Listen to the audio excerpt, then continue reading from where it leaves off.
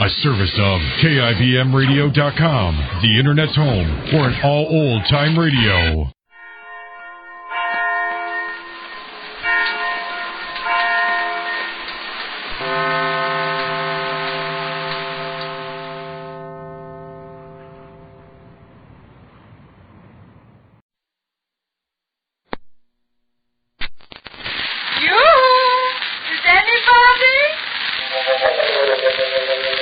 There she is. That's Molly Goldberg, folks. A woman with a place in every heart and a finger in every pie. And now the makers of New Does, that new kind of soap for everything, right down your wash line, bring you another visit with those good folks, the Goldbergs.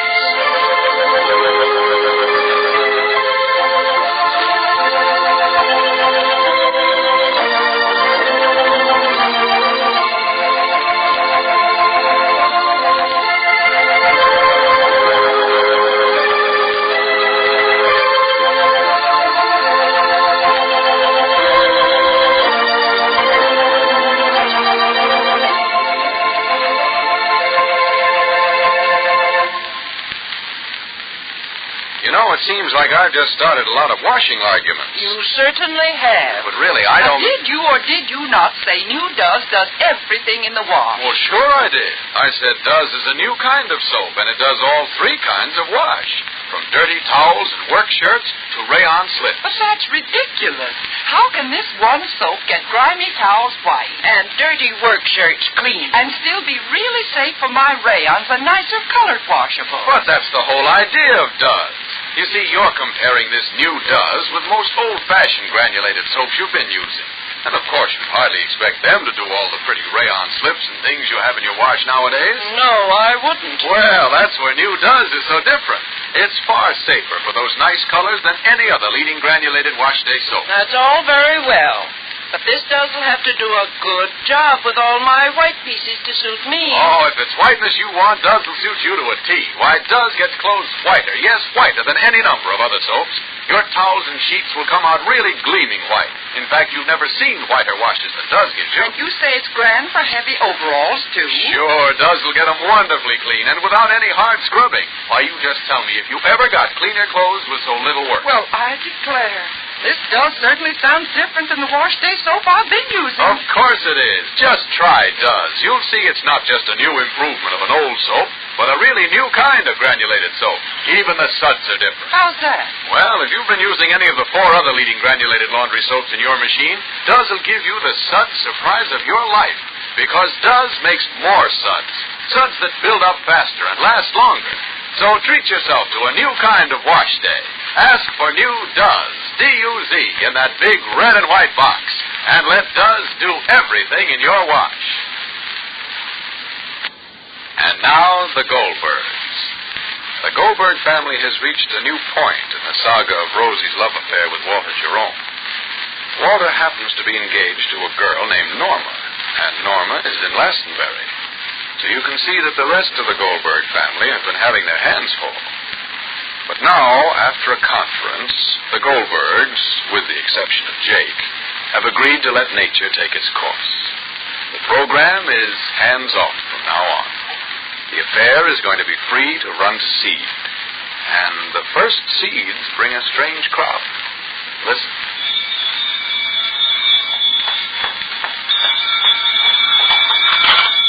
Hello?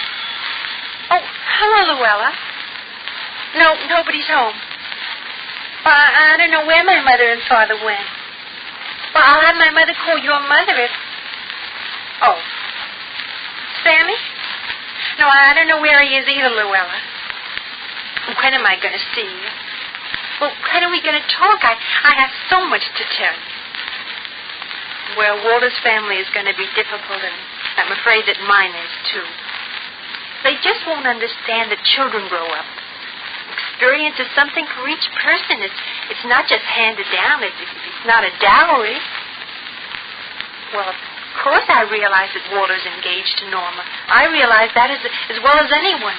But he's been engaged for years, and it doesn't mean anything anymore. Well, it was just one of those things that happen when two people know each other a long time. Uh-huh. Well, of course, Luella. Well, there's bound to be some difficulty with his family and mine. After all, parents forget that love breaks all boundaries. Well, they'll come around. Parents always do.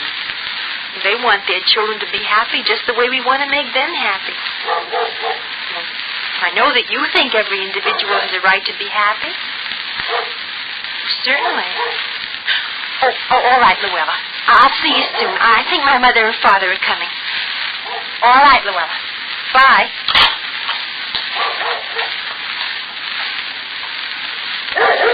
Lay down, Rosie. Lay down. Lay down. Lay down. Don't be just Apollo. Apollo?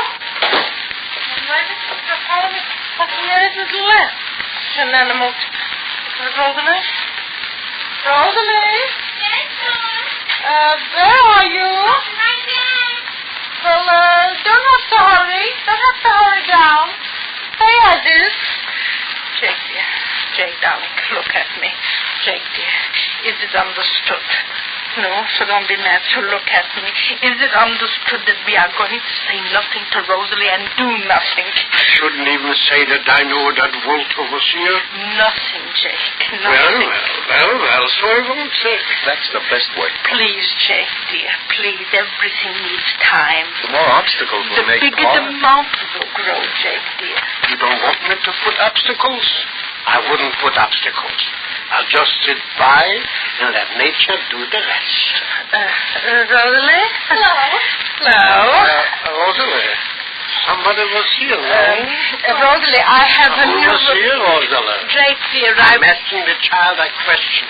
Is that also prohibited? Walter was here, wasn't he? Rosalie, my tea is in my new whistling kettle.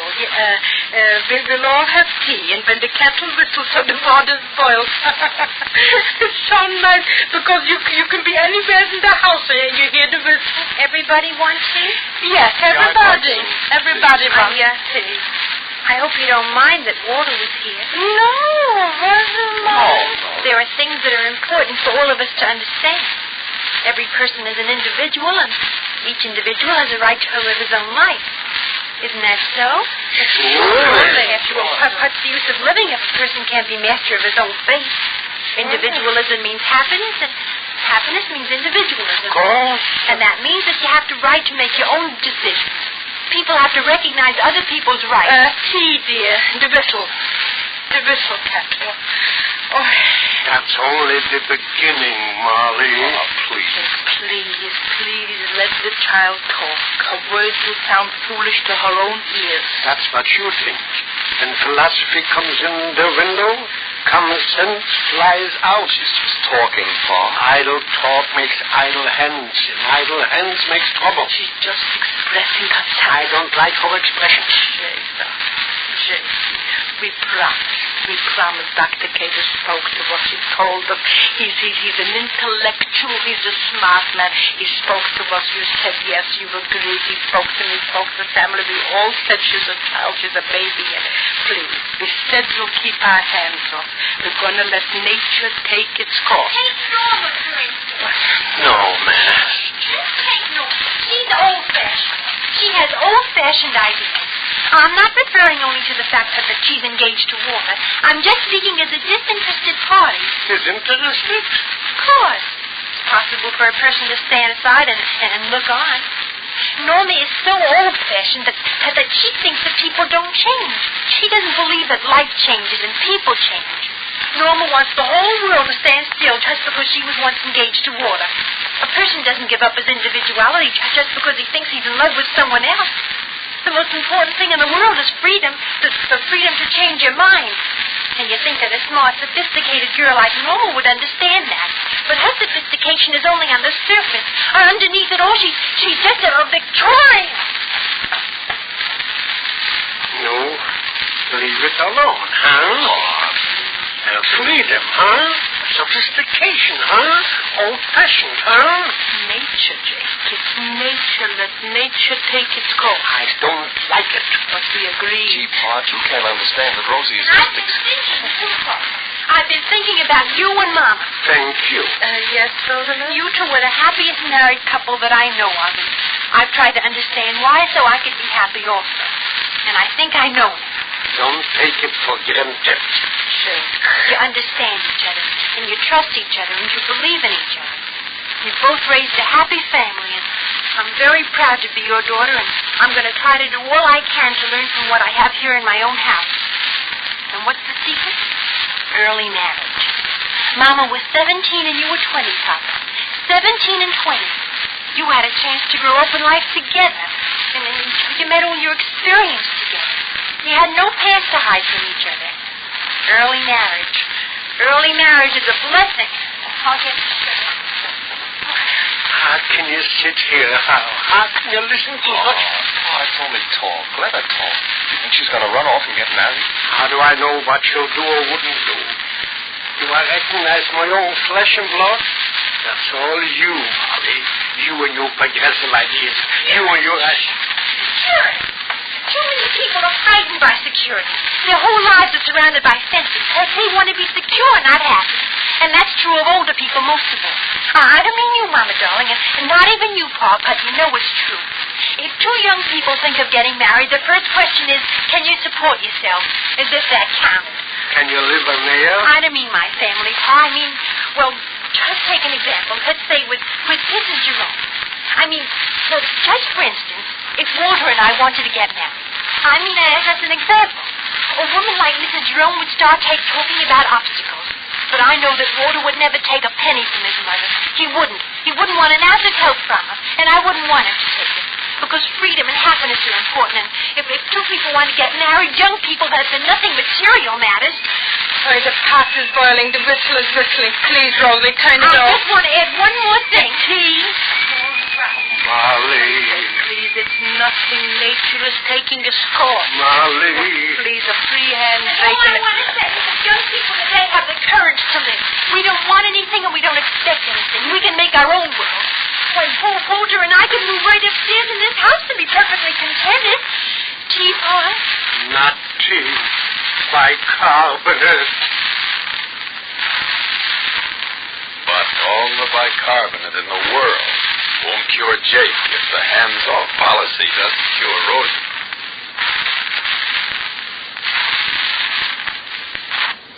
You know, doing things by half measures is never satisfactory.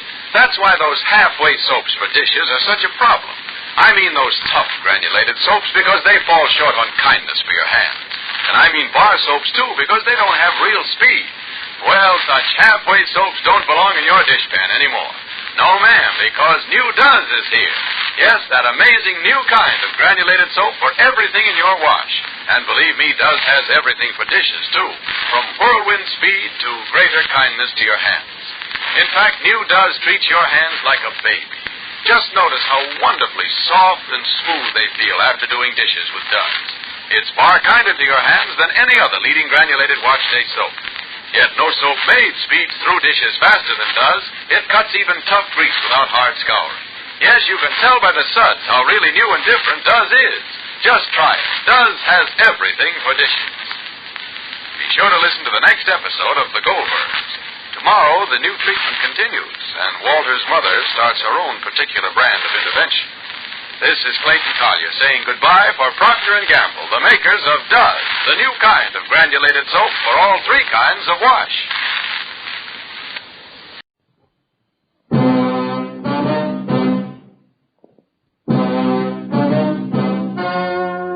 The story you are about to hear is true. Only the names have been changed to protect the innocent. Fatima Cigarettes, best of all long cigarettes, brings you Dragnet.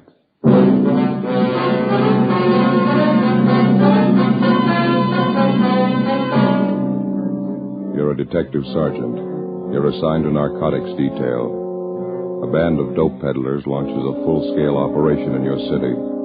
Their merchandise, marijuana. Their victims, high school students. Your job, get them.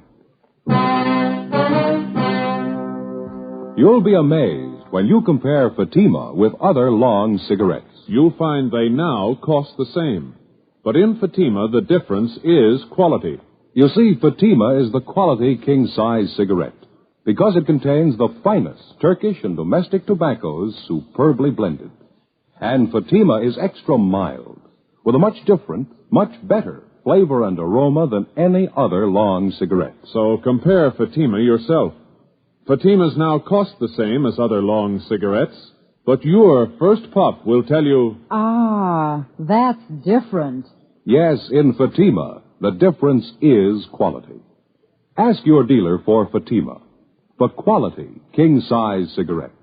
Best of all long cigarettes. Start enjoying Fatima tomorrow.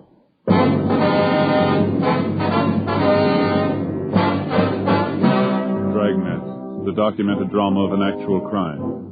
For the next 30 minutes, in cooperation with the Los Angeles Police Department, you will travel step by step on the side of the law through an actual case transcribed from official police files. From beginning to end, from crime to punishment, Dragnet is the story of your police force in action. It was Thursday, April 11th. It was warm in Los Angeles. We were working the day watch out of narcotics detail. My partner's Ben Romero. The boss is Captain Kearney. My name's Friday. I was on the way back from R&I, and it was 10:25 a.m. when I got to Central Station. Narcotics detail. Joe? Hi. What'd you find out? Talked to the coroner. He finished posting the body. Yeah? Cause of death, multiple fractures of the skull, internal injury. Boy was 17 years old. Yeah. You check the car? Yeah, the kid must have been doing at least 70 when he hit that street light. It's a real mess. The car was really wound around that pole. We're going to have to dig up a fast answer somewhere. Lousy racket. Well, there's only one way to burn it out. Find the big man and throw the book at him. Make him an example we'll never forget, huh? You checked with Juvenile Bureau? Yeah, the evidence has been booked with the property clerk. How about the boy's parents? Mrs. Moore wasn't feeling too well. They drove her home. Father's still down the hall, Inspector Walker's office. Can we talk to him now? Yeah, he should be free by now. Let me check the book. I already did. There's no calls. Oh, okay. Let's go. You know, there's only one thing fortunate about this whole thing. What do you mean? Well, the kid being alone when he cracked up would have been a slaughter if he had a car full of his friends with him. It's still pretty grim. How's the boy's father taking it? Usual, pretty rough. He should be able to help some. Yeah. Mr. Moore? Yes, Sergeant. Inspector asked me to wait here for you. Yes, sir. This is my partner, Sergeant Friday. Mr. Moore, Joe. Mr. Moore? Mr. Friday. I just don't understand it, Sergeant. I don't understand any of it. My boy Ken wasn't the type to go racing around like that in the car. He never took the car without my permission. I just don't know what got into it. Had you noticed at all whether your boy was acting a little strange the last few weeks or so? No. Of course, I only saw Ken in the morning, a few hours in the evening. I'm at the office all day. Why do you ask that? Well, was he going out very often on school nights, or keeping odd or unusual hours? He used to go to the library 3 or 4 nights a week to do his schoolwork. Got home about midnight a few times, and I warned him about that. Mm-hmm. Did you have any way of knowing if he was really spending his nights at the library? No, but I took his word for it. Ken didn't lie to me. What's this have to do with the auto accident, Sergeant? I don't think I understand. The officers investigating the accident, sir. They checked over the car afterward. What was it? Were the brakes bad? What'd they find? Joe? Yeah. So you see this small metal case, we found it in the front seat on the floor of the car. What's that stuff inside? Did this belong to Ken? Yes, sir. We think he was using it. What for? I don't know. It's marijuana. Men and women who traffic in narcotics all the way from the small-time peddler to the big wholesaler are rated among the lowest kind of criminal.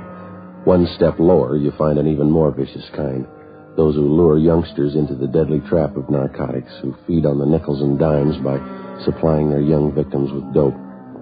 The death of 17-year-old Kenneth Morrow was the second of its kind within 8 months. It seemed to stem from unidentified suspects who were making it their business to build a thriving marijuana trade among high school students. Thursday, 11 a.m.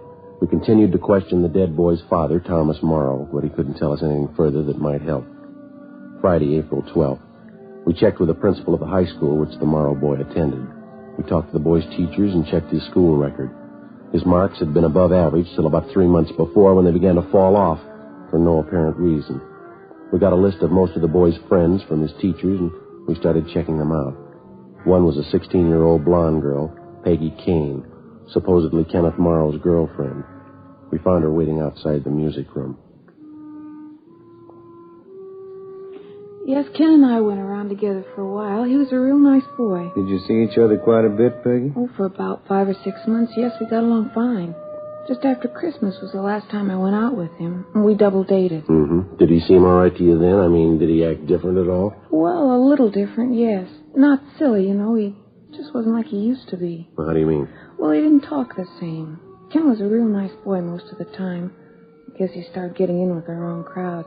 He began to swear, you know, bad talk, things like that. When did all this start, Peggy? Do you remember? Just before Christmas, I think. I'm not sure. Poor Ken. Is there anything else you might have noticed? I don't know. Ken used to be pretty good about his studies, and all of a sudden it seemed he just didn't care.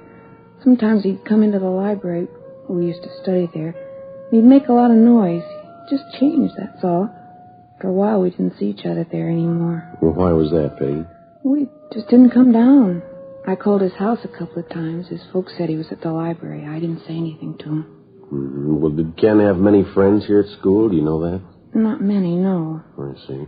Well, those he did have, who would you say was closer to him? Oh, gee, I don't know, Sergeant.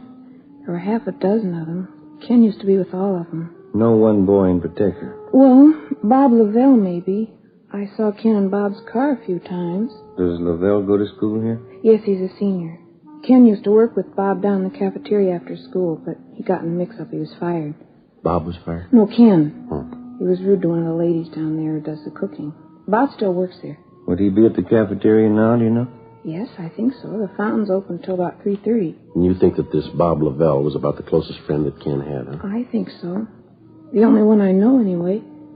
Have you talked to Ken's folks? Yeah, we have. I feel so sorry for him. Gee, I think I have to go now, Sergeant. I have a chemistry class. Just one more question, Peggy. Last time you went out with Ken on this double date, who was the other couple? Do you remember? I don't remember their names. They were some kids I never saw before. Ken knew them. It wasn't much of a date. Mm-hmm. Where did you go? We started for the show, but Ken changed his mind. He wanted to go to the beach and park. He was acting funny, talking all the time, saying silly things. The other boy was the same way. Oh, were they drinking? No, I never saw Ken take a drink. I couldn't smell any liquor on his breath. I don't know. It was such a silly thing. What's that?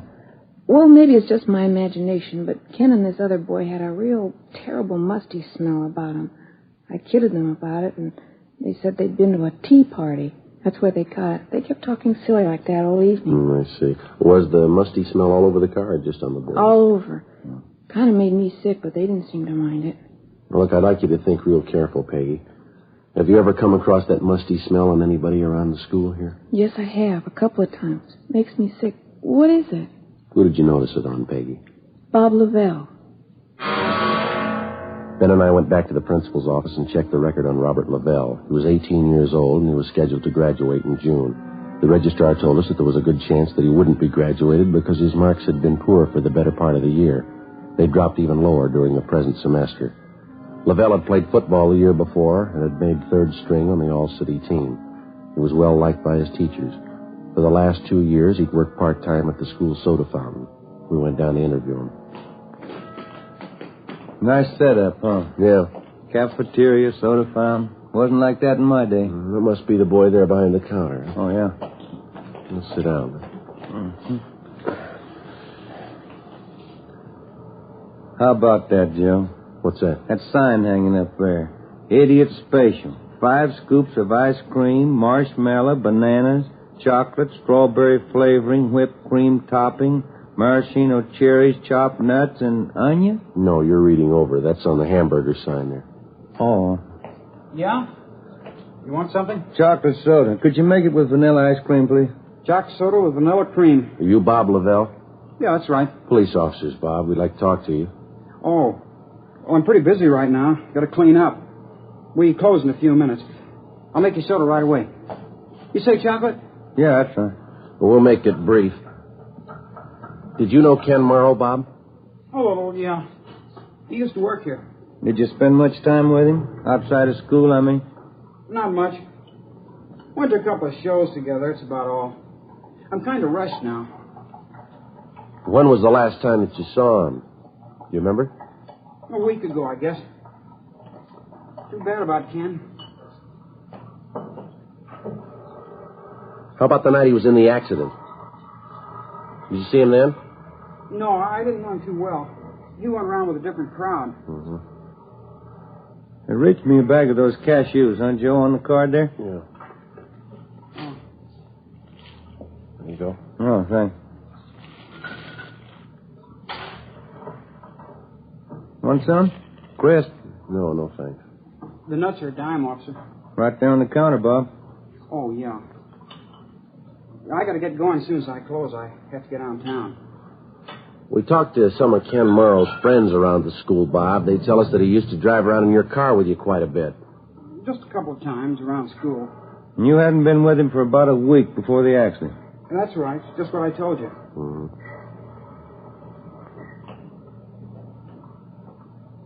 You want a little whipped cream on that? Yeah, Lil. How about a cherry? Good idea. There you are. Thank you. Too late to fix a hamburger? Yeah, I really got to close up. It's getting a little late, officers. I'm going to have to close up right now. Well, we'll make it fast. Did you notice anything different about the Morrow boy in the last few weeks? Anything peculiar at all? No, he was the same as ever. I didn't notice anything. All right, look, Bob, we're going to lay it out for you. Did you know he was using marijuana? No, I didn't know anything about it. You have any idea where he might have gotten it? I wouldn't know that. Look, you mind if I lock up the counter now? I'll come around the other side. Sure, go ahead. I didn't know that about Ken, officer. I wouldn't know where he got the stuff. You sure he was using Mary? Well, we found some in his car. We found some more in his locker upstairs. That's tough. Anything more, officer? I got to hurry. Well, it's just routine, Bob. We did the same with the other boys we talked to. We'd like to check your locker. You don't mind, do you? I got to get downtown. I'm late now. Your locker's just upstairs, isn't it? Won't take that long. It's important to me. I got to get downtown. We've got our car outside. We'll drive you down. We'll be down there in no time. No, I've already got a ride. Can't you check it tomorrow? It's not going to take a minute, Bob. Now, let's go, huh? All right. Say, I happen to remember I didn't bring my locker key today. That's so? Yeah. Come to think of it, I don't know where it is. Guess I lost it. We must have a pass key around here, don't they? I don't think so. Well, we'll ask at the office, huh? You're putting me in a jam, officer. That's going to take time. I'm due downtown. I'm sorry, Bob, but we got to check it. I got my locker all jammed up with stuff. It'll take us an hour. Office is down there, Joe. Yeah, all right, let's go. I don't know why you're picking on me. My locker's jammed. They can't get it open. Why are you picking on me? Let's ask him here. Go ahead, Bob. Close the door. Yeah? I got my key. I'll show you. Robert Lavelle took us to his locker and opened it. Hidden inside one of his gym shoes, we found 4 sticks of medium-grade marijuana. We took them, put them in an envelope, and sealed it. On the way downtown, the boy told us that he'd been buying this stuff for about 6 months and reselling it to some of the students at the high school. Said that he paid 50 cents apiece for the sticks and sold them for 75. He was an occasional user himself. Before we turned him over to the juvenile officers, he told us that a man named Ray Jensen supplied him with the marijuana. Jensen's address was a trailer camp in the southwest part of Los Angeles. We drove out and checked with the operator of the camp. He pointed out Jensen's trailer at the rear of the camp. That one, Joe? The blue and gray one? Yeah, this is good right here. Okay.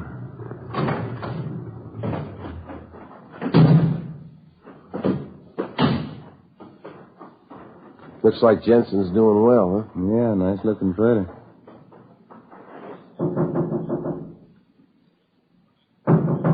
Just a minute. Yeah? Police officer. All right, open it up. Get out of here. Come on. Watch it, Joe. All right, hold it, mister. Get out. Get out. All right, Jensen. That's good, Ben. I'll get him. Yeah. All right, come on, get out. What's the pitch, huh? Where's your warrant? It's all over the floor, Jensen. Marijuana. Who tipped? One of those lousy kids, huh? Which one? You guess. You know enough of them. You can't tap me for all that. I'm not the big guy. All right, then who is? I don't know. I'm only one of the mules. Where do you get your stuff? The big guy, the big tomato. That's what they call him. Yeah? Big man. Nobody sees him. I don't even know what he looks like. Neither do you. You let us worry about that. Come on. Big tomato. That's what they call him. You won't get him. He's smart. You won't get him in 89 years. Maybe not, but we'll get him.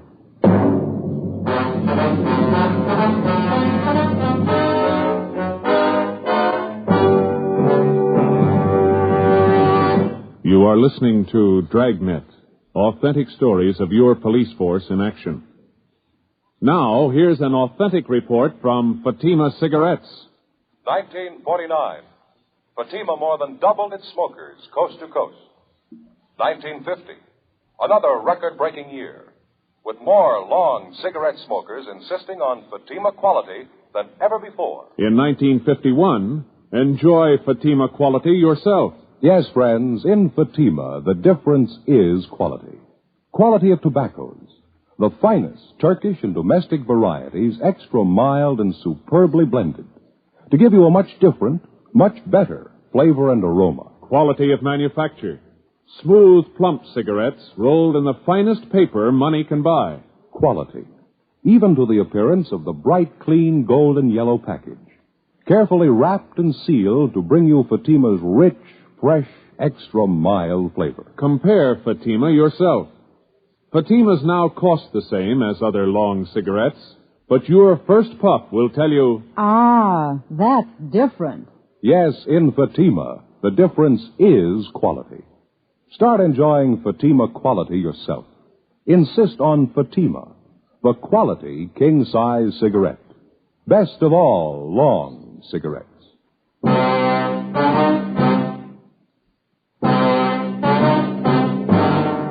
Friday, April the 12th, 7 p.m. We searched the trailer and a stakeout was placed on it, and then we took Ray Jensen downtown to the main jail where he was booked for suspicion of narcotics, a felony. The next day, Ben and I went back and questioned him. We got nowhere. The only thing he'd tell us was that the leader of the marijuana ring was unknown to him. The Big Tomato, that's all he could tell us. We went back and started rechecking leads furnished us by some of the high school boys who had purchased narcotics from Robert Lavelle. They all ended nowhere. Meantime, the flow of marijuana into the schools and into the hands of the teenage students continued. We'd no sooner choke off one source of supply when two more would turn up. We knew that there was only one real solution. Find the gang leader and wipe out the entire supply and distribution setup. We stayed on it. Monday, April 22nd. Ben got a call from one of his informants that he had a lead on the source of marijuana on the east side of town. The informant's name was Willie Breck, a groundskeeper at a golf course near one of the city high schools. We drove out to talk to him. We located Breck by the clubhouse near the first tee. On the tee now, Art Dory, Richmond, Virginia. You remember my partner, don't you, Willie? Joe Friday? Oh, yeah. Hi. How are you, Willie? Kind of busy today. Big tournament. Yeah, quite a crowd you got here. It's a nice turnout. Here you've been having trouble, huh? Out of Mary in town? Yeah, you think you can help us? Maybe I can. Dirty business, huh? Working high school kids with that stuff. It's real dirty. Any ideas, Willie? Don't know how much of it's true. It's all from the grapevine downtown. The boss is somebody they call the Big Tomato. It's a funny one, huh? Any idea who he is? Couldn't say. He's getting lots of this stuff in, though. Usual feed line over from Mexico. Mm-hmm. What else, Willie? I hear there's more on the way. Don't know when, though. All for high school trade. Guess they figure they got a good business. How'd they get in junk over, do you know? No, but it's getting here. Most any kid can get some over on this side of town. Imagine that. Kids in their teens. Weed hits. Yeah. How about this Big Tomato, Willie? No word at all? Just one. Pretty thin. Yeah. There's a connection. Lives over on Hauser Boulevard. Got his number here somewhere. It's supposed to be the main connection for this tomato guy. Oh, yeah. There's his address. Third number there. It's a 6. His name is Tony Childs. Mm-hmm. Is he supposed to handle all the stuff? Most of it, I hear. Gets it all from the Big Tomato. Mm-hmm. That about it? That's it. Tony Childs. You got the address. Many thanks, Willie. Anything comes up, you'll call, huh? Sure thing. How's the job out here? Better than yours. I sure wouldn't want it. Working every day around joy poppers, mules, mainliners. Well, somebody's got to do it, Willie. Yeah, but not for me, Sergeant. Those dopesters are all lice. Selling junk to kids. Guess you met the lowest, huh? No, not yet. We're looking for him.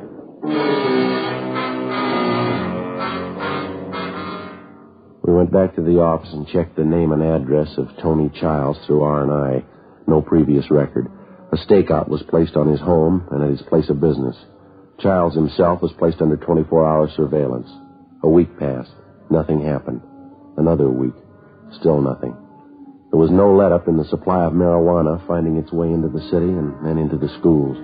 We couldn't see the beginnings of the racket, but we saw the end result. The percentage of juvenile users was still on the upswing. Wednesday, May 8th. We heard rumbles of another big marijuana buy in the offing. Either it failed to materialize or we missed it. Friday, May 10th. Ben and I took our turn shadowing the suspect, Tony Childs. Can you see him from here, Joe? Yeah, he's still in the barber shop. There's 2 guys with him. Yeah. 4:10. We better check in, huh? Yeah, I'll call in, huh? Drugstore there. Must have a phone. Yeah, all right, I'll be right back.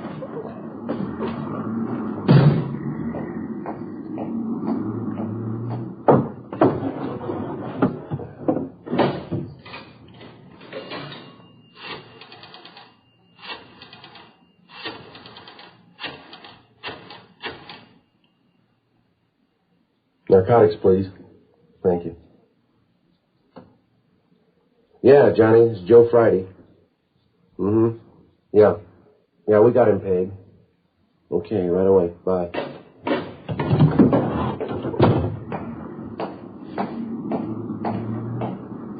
What have you got? Tony Childs. They want him picked up right away. How come? Well, they just raided his place. They found 32 ounces of weed in his room. Supposed to have more on him. Oh, let's go. Come on. What do you think? Trouble? Well, don't be surprised.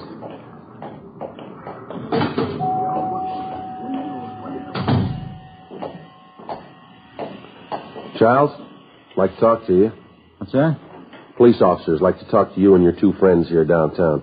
Can't make it, copper. Flying to Vegas tonight. We want to see you downtown first. Look, don't push me, huh? Nobody's pushing you, Childs. We want to see you downtown. Now, come on, let's go. Look out, Joe, Regan, Sam.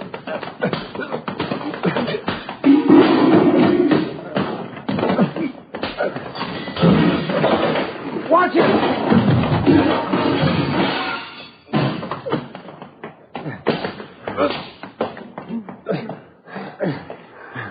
That's it. 3 of them. Okay.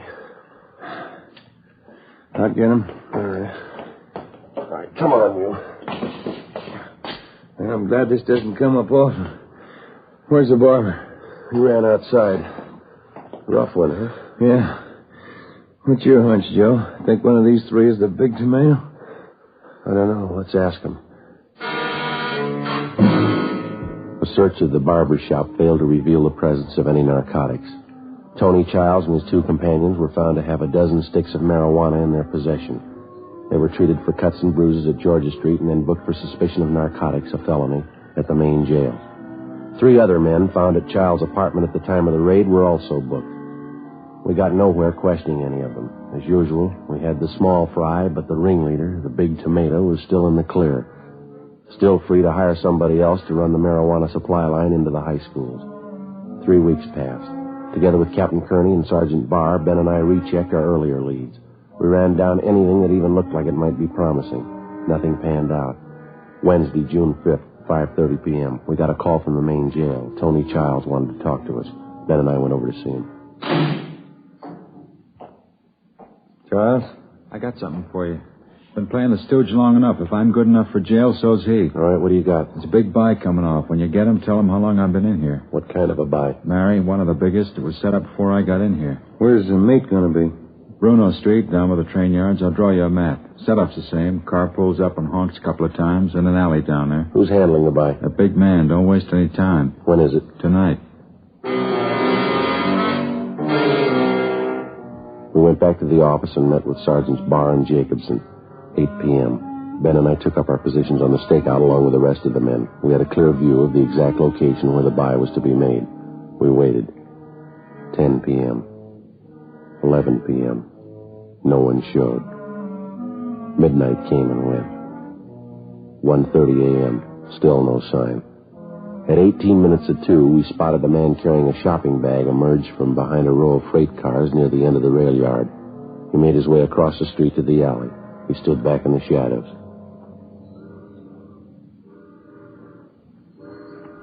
As soon as the car gets in the alley, we pull up and block it, huh? Yeah, that's right. Beck will do the same thing down at the other end.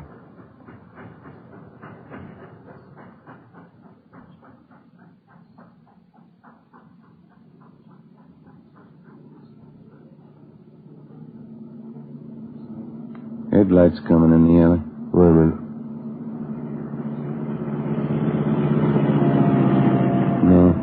No, they're going on through. What's the time now? 4 minutes to 2. We waited. 18 minutes passed. Still no sign of the car that, according to Charles, was supposed to be there for the big buy. We could still see the figure of a man with a shopping bag huddled in the alley. 3 a.m. Joe? Yeah? Car down there in the alley? Yeah. That's it. You want to start up? Yep. Just enough to block the alley. That's good. All right, come on, let's go. Come on. All right, kill your engine and get out of the car. Joe, look out! They can't go far. Come on.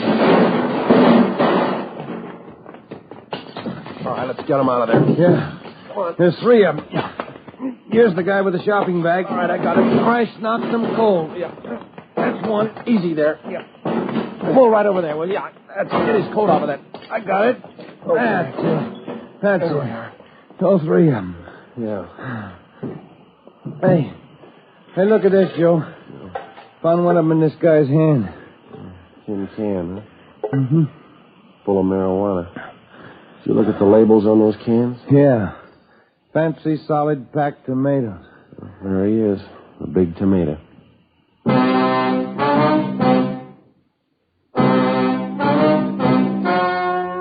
story you have just heard was true. Only the names were changed to protect the innocent. On October 3rd, trial was held in Superior Court, Department 89, City and County of Los Angeles, State of California. In a moment, the results of that trial. Now, here is our star, Jack Webb. Thank you. Friends, if you're a long cigarette smoker like I am, remember, in Fatima, the difference is quality. Now, believe me, this difference is mighty important. So important that you'll always remember the first pack of Fatimas that you buy. Fatima's fast-growing popularity backs me up on that. But look, you can prove it to yourself by getting a pack of Fatimas tomorrow. You'll find that they now cost the same as other long cigarettes, and your first pack will convince you to go right on smoking them. Join me and the new thousands who enjoy Fatima's extra mildness, Fatima's rich, better flavor and aroma. You'll discover what all we Fatima smokers know. In Fatima, the difference is quality.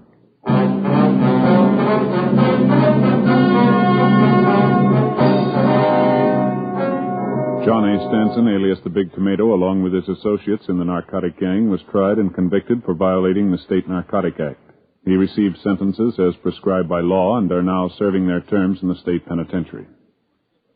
The radio editors of the United States and Canada have named Dragnet the best radio program of its type for 1950. And Dragnet's Jack Webb, the most promising star of tomorrow. In behalf of Dragnet, I'd like to thank the radio editors of the United States and Canada and the editors of Motion Picture Daily who conducted the voting in the 15th annual poll for Fame magazine.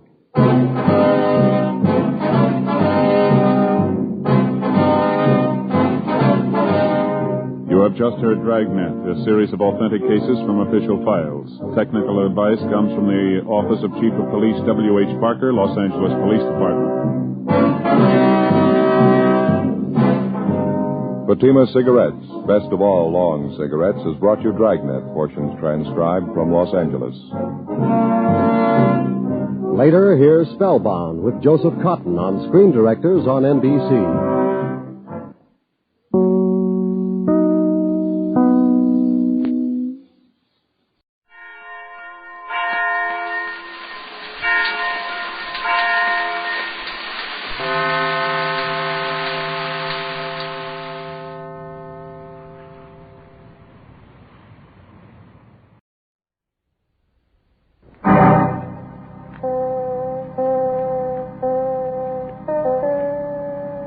My name's Regan. I get 10 a day on expenses from a detective bureau run by a guy named Anthony J. Lyon. They call me the Lion's Eye. With Jack Webb as Jeff Regan, Investigator, stand by for hard-boiled action and mystery and thrilling adventure in tonight's story of The Lost Lady.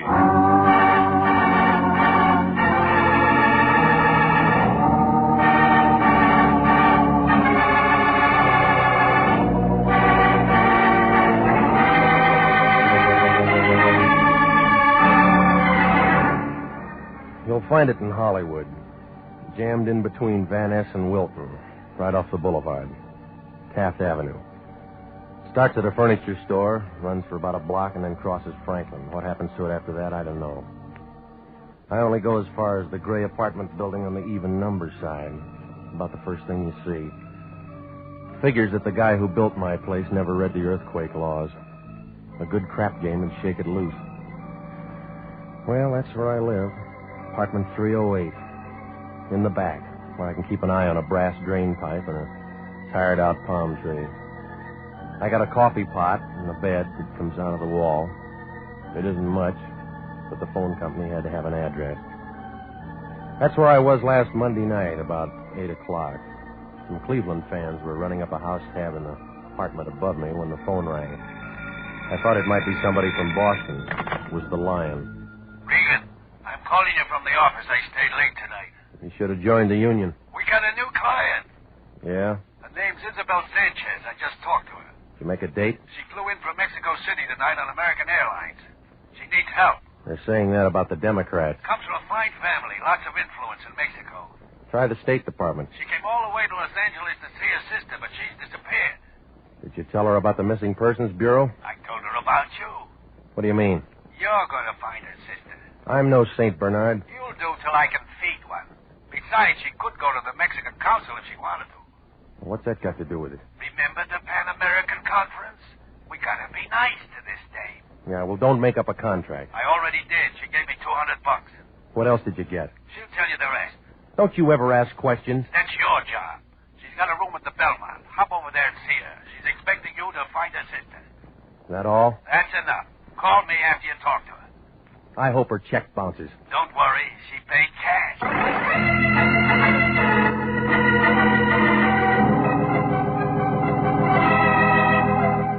Well, you can tell that the Lion only stayed in school long enough to learn how to spell dollar. It took me about 20 minutes to get over to her hotel. Isabel Sanchez had a room on the 6th floor. I found it on the Wilshire side. 610 it was. She was a tall, blonde girl, not the least bit pretty. She had a mouthful of good-looking teeth, but she never learned how to use them in a smile. You're Mr. Regan? That's right. Come in. Please excuse me. I'm still unpacking. Come in. All right. I'm so glad you're here. I suppose Mr. Lyon told you everything. Your sister's missing. You want to talk to me? Yes. Oh, it's terrible. An awful vacant feeling. I was so looking forward to seeing Carmen again. We were very close. You talk like you don't expect to see her. Something might have happened to her. Like what? I don't know. She's always been so independent and, well, strange. Well, a lot of people have their own ideas. I'm embarrassed telling you this. You've got to tell somebody. Well, Carmen left home against my father's wishes. How old is Carmen? 22. What was the guy's name? What do you mean? All right, come on. I got to have it all, lady. There was a man in it. Yes. Martin Chambers. From here in L.A.? Carmen met him once in Mexico City. Thought she was in love with him. When was this? A year ago. She followed him back. Yes. You took a long time to catch up. I've been very concerned about Carmen. I received this letter from her a few days ago. It was the first word since she left home. Here. You can see it's not much. She asked me to come here. I took the first plane. Uh-huh. What about this address? There's no such place. I went there right from the airport. Who sent you to us? You're in the phone book. Is that all you got? Well, I have a picture, and it isn't very good. Just a snapshot here. Uh-huh. Blonde, huh? A little darker than mine. She's the same height. We wore each other's clothes. Who else did she know? Just Martin Chambers. Oh, no. Now, wait a minute. She mentioned a Dr. Menlo in her letter. Did she need a doctor? She just said he'd been very kind to her. That isn't very much to go on. I know, but you will follow every lead. Yeah, sure. What are you scared of? Why do you ask that? It's a warm night. You got the shakes. I had a long trip. Oh, yeah, I forgot. You know this Chambers? Yes? You like him? No.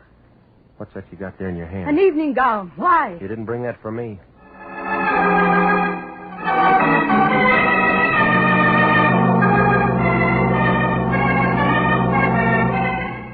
Well, her story was smooth, but the clothes didn't fit. All the labels that showed said New York City. I went downstairs to a phone booth, and I got a hold of a friend of mine in the CAA. He checked into it, and he told me that nobody named Isabel Sanchez came in on that Mexico City flight. The whole thing looked phony, like a fan dancer in long underwear. Well, it was about 11 o'clock when I got over to the Lion's place. It was a cold night, but the Lion looked warm. What do you want, Regan? I'm busy. So am I. I've been looking at that Sanchez dame. Tell me about it in the morning. No, I'm going to tell you about it right now. It's no good. What do you mean? It's another bum client. She gave me $200. Her clothes are out of New York. Maybe she came the long way. She didn't come in on American. So she's got a donkey. All you got to do is find her sister. I just told you she's a phony. Let me worry about that. Well, you can start now. Here. What's this? It's a letter and a picture. That's all the lead I got. Now, wait a minute, Regan. What about our contract? New Year's is coming up. You'll need confetti. I can't do a thing like that. We got a moral obligation. And $200. I'm thinking of our reputation. I've given our word. Take it back. That girl's a stranger in a foreign land. She came to us for help. Oh, stop it, will you? If there was a quarter in the bay, you'd drop your mother overboard and tell her to hold her nose. You're getting out of line, Regan. If she came up with kelp, you'd ring her out for iodine. That's enough. We got a case, and you're going to handle it. You're going to handle it. I quit. And I know this girl looks suspicious, but we have to give our clients the benefit of the doubt. Why didn't you send her to missing persons? I'll keep this picture and check with them first thing in the morning. You follow up that memo in the letter. Well, a guy named Chambers has got priority. Who's that? The girl's got a love story. It's getting cold out here. Check me in the morning. I'll do that. Remember, Regan, we always work hand in hand. Yeah. That's why I never wear a ring.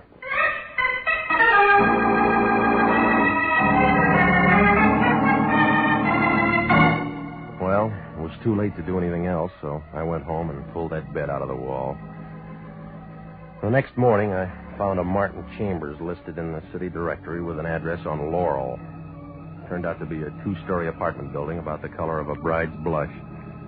And it was wrapped around a swimming pool the size of a bird bath. Chambers' name wasn't on the mailbox, but a skinny guy with a load of bed sheets told me I could find the manager in apartment 15.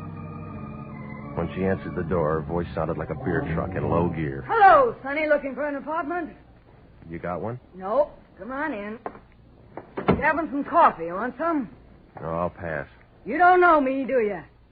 I just got here. I played the Palace in 26. Ah, them was the days. Write it up and sell it to the movies. Them slobs. Central Casting had called me in 4 years. You got a card? AFRA, SAG, and the Musicians Union. I played French horn. None of them call me. I figure it's a record band. I'll talk to Petrillo. I hate this dump. My third husband gave it to me. By the way, what are you doing here, Sonny? I'm looking for a man named Martin Chambers. What do you want him for? Talk to him. Cop? No. The day that guy moved in, I had him pegged for a gigolo. His hair was too curly. Well, some women like that. Not me. I used to have to chase him around the swimming pool to get his rent. You're using the past tense. Where is he now? Forest Lawn. That's one way to break a lease. He got boozed up about 6 months ago and drove off Malibu Pier. Took them 3 days to fish him out. Straighten his hair? Yeah, it sure did. Oh, wait a minute here. I kind of like you, Sonny. You get around, don't you? Yeah, when the weather's good. Ever run into Louis B? No, not yet. If you do, mention my name, will you? What is it? Just say that Goldie McMasters was asking for him. He'll remember old Goldie. How could he forget? Palace in 26. Mm-hmm. Let's back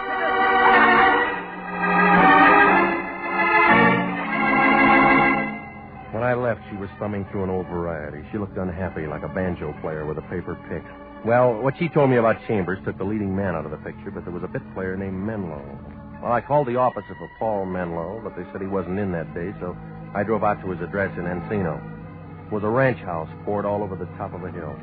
From the looks of the place, Dr. Menlo must have been getting oversealing for his cough drops. I parked my car by the gate and followed the flagstones up to the front door. When I pressed the button, I heard something that sounded like chamber music. The door opened in the middle of the second chorus. Good morning. I want to see Dr. Menlo. Your name, please? Regan. You'll have to call the doctor's office, Mr. Regan. I already did. And they must have told you the doctor doesn't see any patients at his home. Yeah, well, I'm not sick. Keep it up and you will be. Beat it, Pilgrim. No, I came here to see the doctor. He don't want to see you. All right, get your hands off me, punk. Once I hit a guy in the ear, it busted his leg. I can handle this guy, Vicky. Stop that. Get out, Mac. I'll be in the back if you want. You ever been a referee? I've been a lot of things. Come in, Mr. Regan. I apologize for him. He's so eager. Isn't this better? Well, everybody's eager now. Anxious is a better word. I like blue serge. Has an effect on me. You're the doctor's helper? I hold his stethoscope. My name's Vicky Starr. I'd like to see him. He's busy. Where do I wait? Might be quite a while. He just opened the bottle. Well, then I'm right on time. Paul's not sociable like me. He drinks alone. He gets more that way. Let me entertain you. What can you do? Watch. Oh, no, easy, baby. I don't know how to fix a fracture. I've already got a man that can do that. I want one with brains. What's the matter with the doctor? He keeps his in cold storage. Hasn't used them for a long time now. Oh, I don't know. He's done all right. This place? He'd be selling papers if his wife hadn't left him a good insurance policy. Don't you like his money? Don't get me wrong.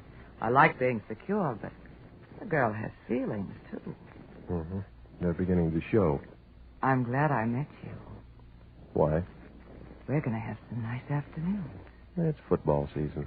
I have some free time. Want to hear me on the piano, for instance? No, I don't sing. I'll teach you. Paul says I should have an outside interest. Well, keep looking. You'll find one. You smile good, but you talk nasty. You started this conversation, sis. Max is still in the kitchen. I came here to see Menlo. You didn't say what about. I'll tell him. There's the phone. Call and make an appointment. Yeah, I'll do. Hello, Vicky. Who is it this time? His name's Regan. He hasn't got a business card. Come back, show him out. You Dr. Menlo? Yes. Should I turn all my patients over to another doctor? Yeah, well, I know one you forgot. Tell me who. Carmen Sanchez. Go ahead, Vicky. I'll talk to him. Watch yourself, Paul. He doesn't know how to be nice. It'll only take a minute. I'll crack some ice. Good nurse. She's out of uniform. We're casual. You said I had a patient named Carmen Sanchez. Who told you that? Somebody she knew? Your relative? Friend. You heard some wrong information, mister. I never heard of Carmen Sanchez. I read about you in a letter. Must have been another Menlo. No, there's only one with a license. You peaked, too. 25 a day? 10. I work for another guy. Who? Lion. Lion's Eye. Okay. You're still at the wrong house. You want to show me your files? Why not? Come on. Okay. They keep a duplicate at home. Help yourself. Want a drink? Too early. You don't mind if I have one? No. Anything? Not under Sanchez, no. Now do you believe me? She could have used another name. Got any ideas? Blonde girl, 5'4", brown eyes. Means nothing. Do you ever know a man named Chambers? Yeah. In high school, back in Denver. Drove a truck. Oh, that doesn't help. I'm sort of retired now. Yeah, that's what Vicky said. Nice girl. Talks to everybody. You satisfied? Not yet. Don't mention it. Always glad to help out. There's easier ways to make a living. Yeah, I haven't got a wife with an insurance policy. A year ago, I'd have broke you in half for that. Now it doesn't matter. You can find the door. I'll be back. Don't bother, Regan. Doctor will be out.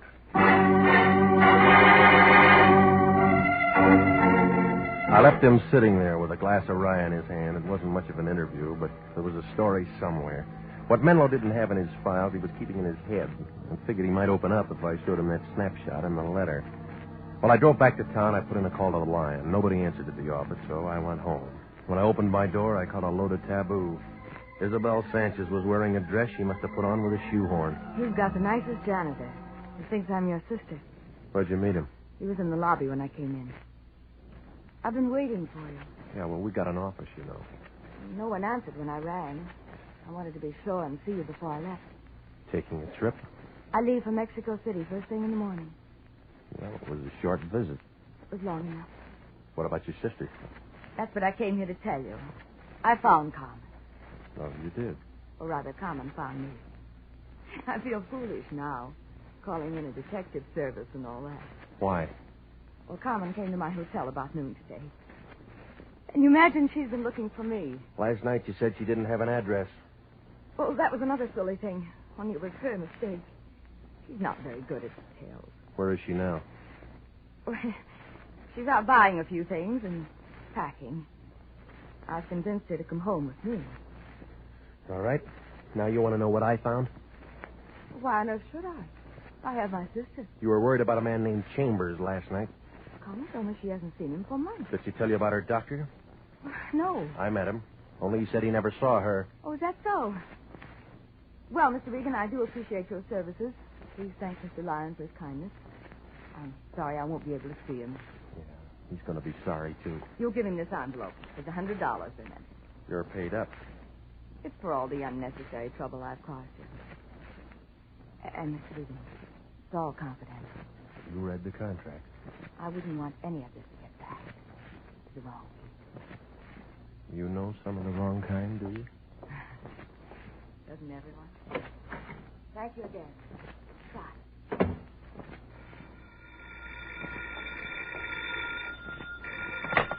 Hello? You run any expenses on this thing today? No, I didn't. Good. It's all over. Isabel said she didn't see you. There's a guy named Gallagher in missing persons. Got an eye like an eagle. He took one look at that snapshot and opened a file. What kind of file? Dead and unclaimed. What do you mean? Carmen Sanchez has been dead a year, and the county buried her. You are listening to the story of the lost lady, tonight's adventure with Jeff Regan, Investigator.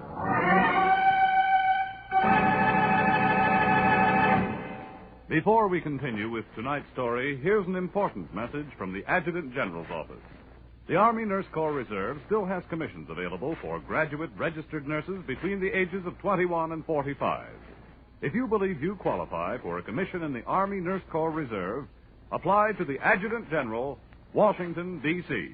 And now, back to the story of the lost lady and Jeff Regan, Investigator.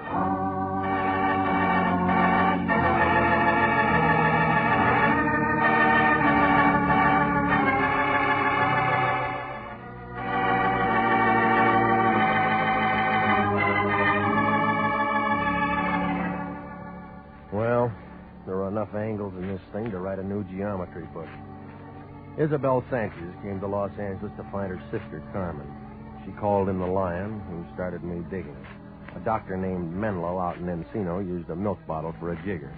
He was heavy on green stuff, but light on memory, and gave me nothing but an ice cube. His girlfriend, Vicky, was a little different. She gave me a warm glow, but I still drew a blank on the missing sister.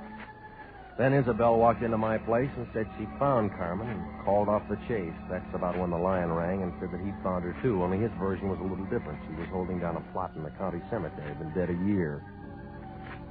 Well, I caught a cab and I went over to her hotel.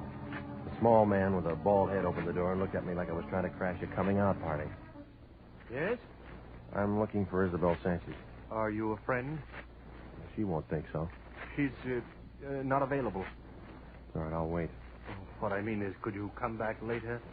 What's wrong with her now? Oh, well, you see... All right, come on, Buster. Let's throw it in gear. Are you a guest of the hotel? No.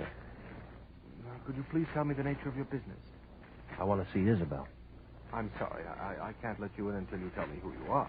Regan, International Detective Bureau. She's a client. Oh, come in. I'm Dr. Stanwyck, the house physician. She need one? Not anymore. Look for yourself. Uh-huh. How long's she been this way? 2 hours, I'd say. Bellboy found her a few minutes ago. She drank a lot. Alcoholic poisoning. Yeah. Oh, Mr. Regan, when a thing like this occurs, naturally we don't like it to get around to the other guests. You'll use discretion, I presume. I'll be as quiet as she is. Thank you, Mr. Regan. We appreciate it. Uh-huh. The elevator's to your right. I got a good memory. Regan. What are you doing here? Come to talk to our client. You'll need a Ouija board. What you mean? She's dead. Why'd you let that happen? She wouldn't have done you any good. What you talking about? Yeah, all right. You go to Isabel. You say her sister's buried on the county, but it'll take a little cash to keep it out of the newspapers. Not so loud. Go back to your contest blanks, big shot. That Sanchez dame didn't come from Mexico, and she wasn't rich. You mean she's been lying? I told you that yesterday. All right, we'll close the Sanchez case. Oh, no, we won't. It's still wide open. Where you going? To buy an Airwick.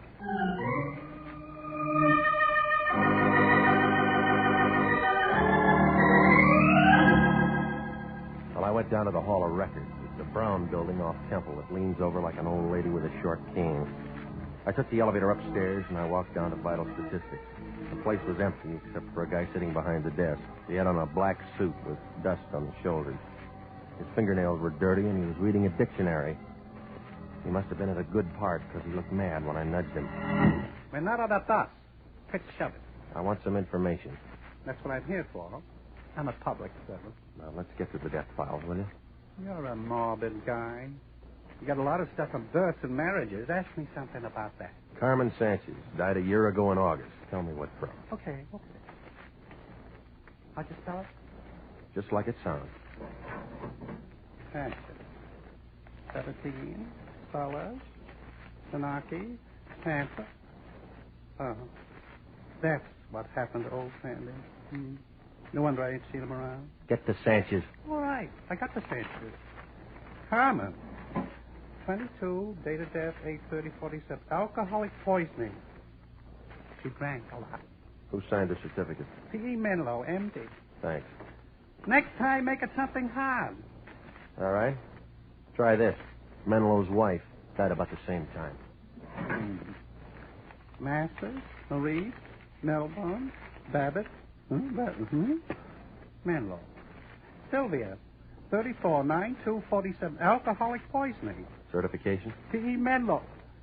That guy can't keep a patient.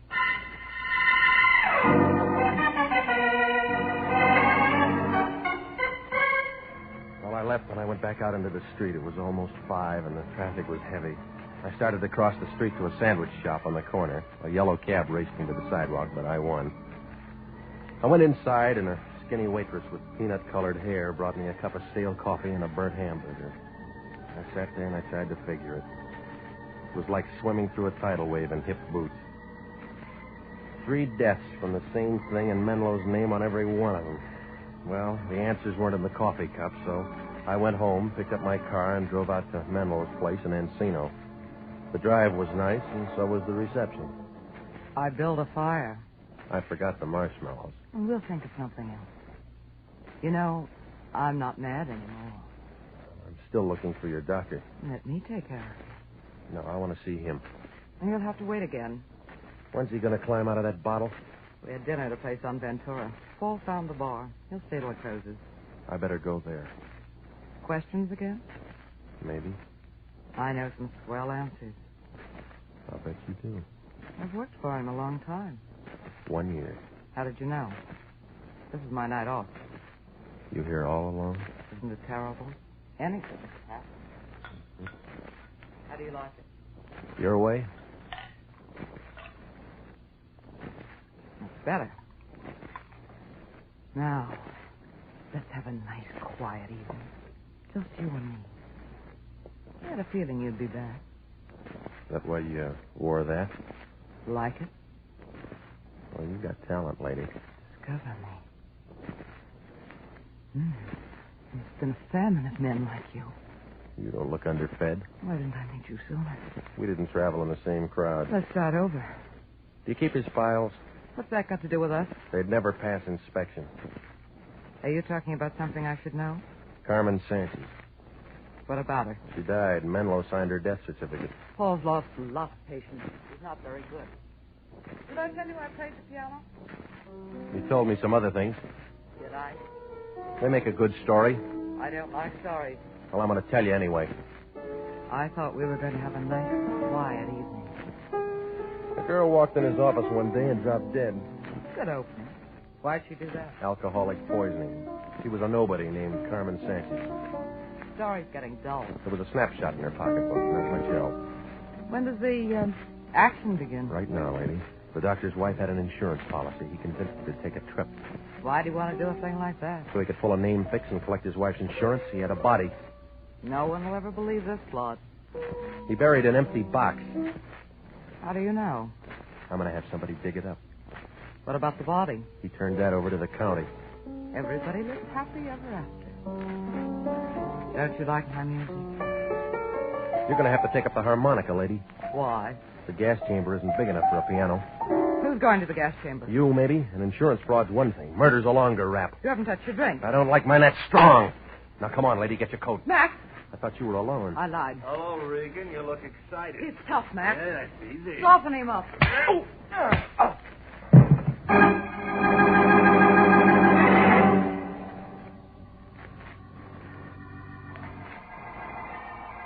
I was in a white room when the trip ended. I tried to move my head, but it felt like a grand piano. So I just lay there. Pretty soon somebody put something damp on my face, and I began to see things. Vicky was there, Max. So was Menlo. If I'd have had a deck of cards, you could have played a pinochle game. Menlo looked kind of upset, like an ostrich with a sore throat. He had a needle in his hand. I got the shakes. You're all right, Paul. Now go ahead. Just like Isabel. You should have stayed out, Regan. Oh, I wanted one more look at you, baby. I hate to see the nice ones go, but it'll all be over in a minute. All right, Paul. Give me a drink, Vicky. Never mind. Hurry up. Let me have a drink. Oh, you're too slow, Max. Yeah? Keep away from me, Max. I'll kill you. Yeah. Put down that keep gun. away from me as well. Oh, I told you to keep away. Oh. Menlo slugged for care of Max, but Vicky shot Menlo twice. And his knees knocked together. He began to pitch around like a toy balloon in a hurricane. He dropped his gun, but he held onto the needle. Then he slumped forward and made a grab for Vicky, and they both went down. He jammed the needle into her arm. Here. Same stuff you used on Isabel? Yeah. They'll call it alcoholic voice. I'll straighten him out. Regan, hold my head. Yeah. Here. Call a doctor. He'd never make it. Please, Regan. Call a doctor. Please. Give me 5 good reasons. 5 good reasons? I got Vicky. I'll never use a needle again. And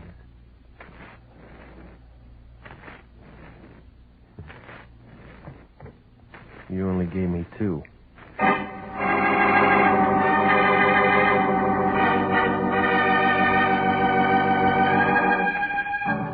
Well, we didn't hear from the suburbs, but there were enough ballots to make an election.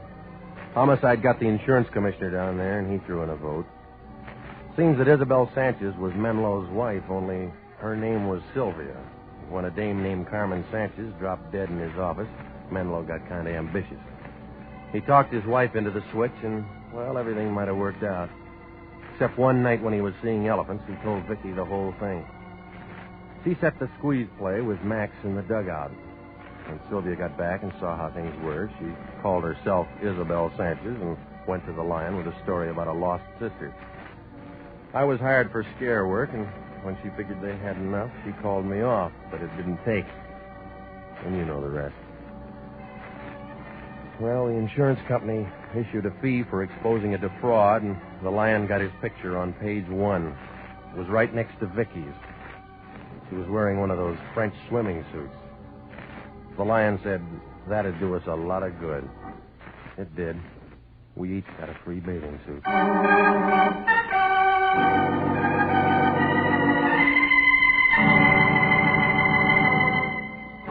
Jack Webb is featured as Jeff Regan with Herb Butterfield as Anthony J. Lyon. It's CBS at the same time next week for more hard-boiled action and mystery with Jeff Regan, Investigator. Written by E. Jack Newman and Larry Roman. Produced by Sterling Tracy. The role of Vicky Starr was played by Yvonne Patey. Lorraine Tuttle was Isabel Sanchez. Ken Christie played Dr. Paul Menlo. And Larry Dobkin was Max Brenner. Original music for this program is by Milton Charles. Bob Stevenson speaking. This is CBS, the Columbia Broadcasting System.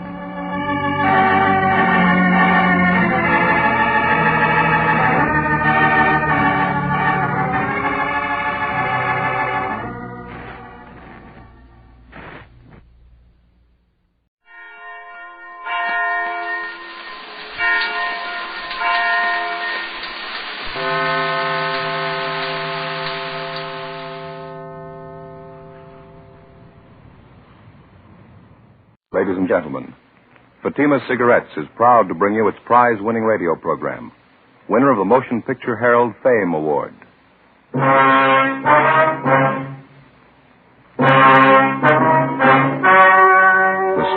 you're about to hear is true.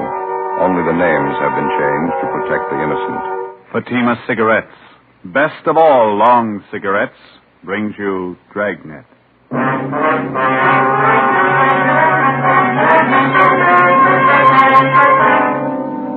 You're a detective sergeant. You're assigned to Juvenile Bureau. You receive a complaint about an 8-year-old boy and his sister. A neighbor reports they've been going from door to door begging for food. Supposedly, the children are from well-to-do parents. Your job? Investigate. You'll be amazed when you compare Fatima with other long cigarettes. You'll find they now cost the same. But in Fatima, the difference is quality. You see, Fatima is the quality king-size cigarette because it contains the finest Turkish and domestic tobaccos superbly blended. And Fatima is extra mild, with a much different, much better flavor and aroma than any other long cigarette. So compare Fatima yourself. Fatimas now cost the same as other long cigarettes, but your first puff will tell you... Ah, that's different. Yes, in Fatima, the difference is quality. Ask your dealer for Fatima, the quality king-size cigarette. Best of all long cigarettes. Start enjoying Fatima tomorrow.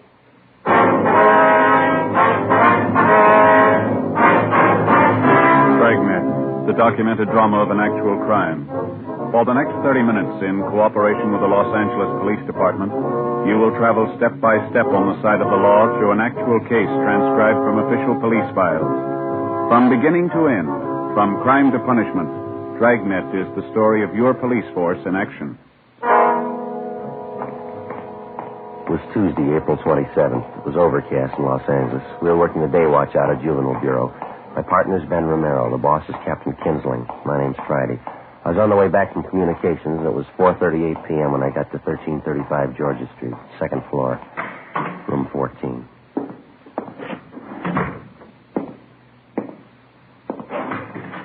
Hi, Joe. Been waiting long? I was just checking the record. No, I just got here. What's this thing all about? Well, just what I told you on the phone. 7-year-old boy and his sister covering the neighborhood begging food. You ready to go? Yeah, let me put this away first. All right. Kid's supposed to be from a wealthy family, huh? Well, wealthy enough to live in the best part of Bel Air, yeah. Doesn't make much sense. Must be some kind of a gag, huh? No, not according to the neighbor who called in. Yeah? She says the kids are half starved. Ben and I got in the car and drove out Sunset Boulevard to the Bel Air district. We pulled up in front of a large 2-story home near the corner of Brookline Avenue and Knightsbridge Drive. It was a white frame colonial mansion set back in the middle of well-landscaped lawns and gardens. The other homes in the neighborhood were just as large, $50,000 and up. It was the last place in the city that you'd expect to find neighborhood children begging food. 5:20 p.m. We went around to the rear entrance of the colonial mansion as we'd been instructed on the phone. We located the woman who'd called in the complaint, from Miss Jeanette Bejan. She was employed as laundress and cook by the owners of the house. She was busy fixing dinner.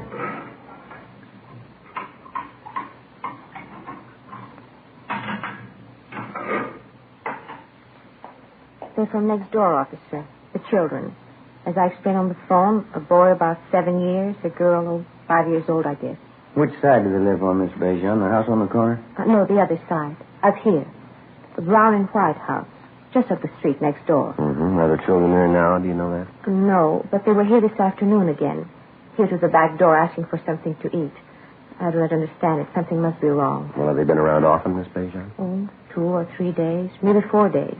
At first I thought they were fooling, but they were not. I gave them some cookies, sandwiches. They were very hungry. They ate them like they were starving. The little girl saved her cookies. She took them with her. How about their parents? Are they at home? Excuse me. Massage.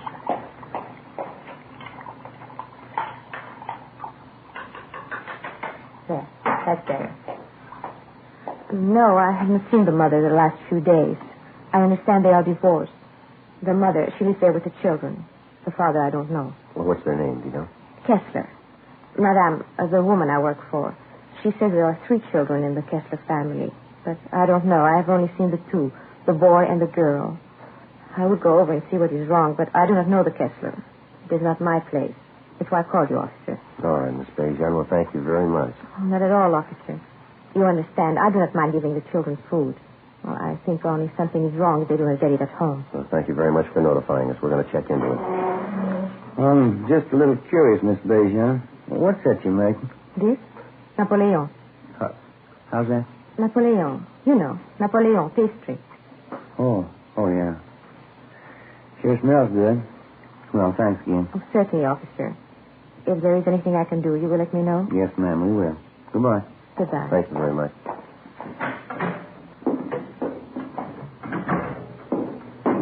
That's a beautiful place. Yeah. Those Swedish women make pretty good cooks, don't they? I don't know. She sounded French to me. Huh? Maybe so. Most good at cooking, anyhow. Yeah, that brown and white house next door, that must be it, huh? Well, that name, Kessler, they fairly prominent around town, society? I don't know. There's quite a few of them. Could be. Any way you look at it, it's hard to figure, isn't it? Kids have been at it for 4 days. If it's on the level, they really must be in a bind. The garage door is open back there. No sign of a car. Kids' bicycles, though. Let's try the front door, huh? Mm-hmm.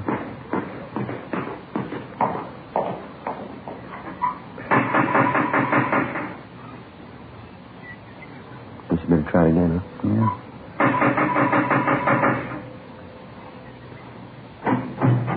Yes, sir? Hello, son. Your name's Kessler, is that right? Yes, I'm Richard. My mother's not home right now. Maybe you can come back tomorrow. We're police officers, Richard. If you're not busy, we'd like to talk to you for a minute. Is that all right? Oh, yes, sir. That'd be all right. Would you come in, please? Thank you. Richard Kessler was a blonde-haired, wiry boy, polite, well-mannered. He told us that he was 8 years old and that he attended the neighborhood grammar school. He showed us back to the kitchen where he was warming a can of soup that he borrowed from a neighbor. It was a large house, richly furnished, but it hadn't been cleaned for weeks. Dust was piled up thick on the furniture, and children's books and toys were scattered around the rooms along with scraps of dried bread, half-eaten. The house was cold and musty. On a small bar in the dining room, there were 3 half-filled cocktail glasses, a plate full of cigarette butts. Evidently, they'd been standing there for days. On the sink in the kitchen, there were a few pieces of stale bread and an open bottle of milk that had turned sour. Next to it were a half a dozen empty whiskey bottles. The Kessler boy was well-dressed, except for the shirt that he had on. It looked as if he'd been wearing it for a week. What did you want to talk to me about, officer? I haven't done anything wrong. Oh, we know that, son. We'd just like to find out how you've been getting along. I've been getting along all right. 2 A's and 4 B's on my report card last month. Mm-hmm. Where's your sister, Dick? Judy, she's down the street. She'll be back in a minute. How about your mother? Where's she? She's out, too. She'll be back. When do you expect her, son? Pretty soon. She's coming back pretty soon. And your sister, Judy, she's younger than you are, isn't she, Dick? Yes. Judy's only 6. I'm 8. Any other grown-ups live here with you besides your mother? No. Mom takes care of us. She'll be back pretty soon. We'd like to have you tell us the truth now, Dick. How long's she been gone? I don't know. Probably important. Taking her a long time. You can come back tomorrow. She'll probably be here then. When was the last time you saw her, son? Son, how about that? A couple of days ago. Well, this is Tuesday. You mean she left the house Sunday? No, before that. Last Friday night she went out. Said she'd be back. I don't know. Did your mother say where she was going, Dick? No, her boyfriend was here. Larry, I don't know his last name. Mom went out with him to a party, I think. I don't know where. She'll be back all right. Did you leave anyone to take care of? No, we can take care of ourselves. Nobody's fixed the cooking, though. I don't know how yet. I'd better look at the soup on the stove. No, I'll take care of it, son. You go ahead. Sit down. Has your mother ever left you like this before, son? Maybe once or twice. She never stayed away this long, though. I don't know. What's the matter, Dick? Well, Johnny, officer, my little brother. He hasn't eaten much for a while. Must be hungry by now. I was fixing the soup for him. Yeah, well, where's Johnny? He's upstairs in the nursery. He's been sick with a bad cold. Mom knew Johnny was sick. That's why I wondered. She hasn't come back yet. I don't think Johnny's feeling good. Do you want to take supper for him, son? Yeah, all right, if you want. Ben, you want to come on? Yeah. How long has Johnny had this cold, Dick? A couple of days before Friday, before Mom left. Mm-hmm. How old is he?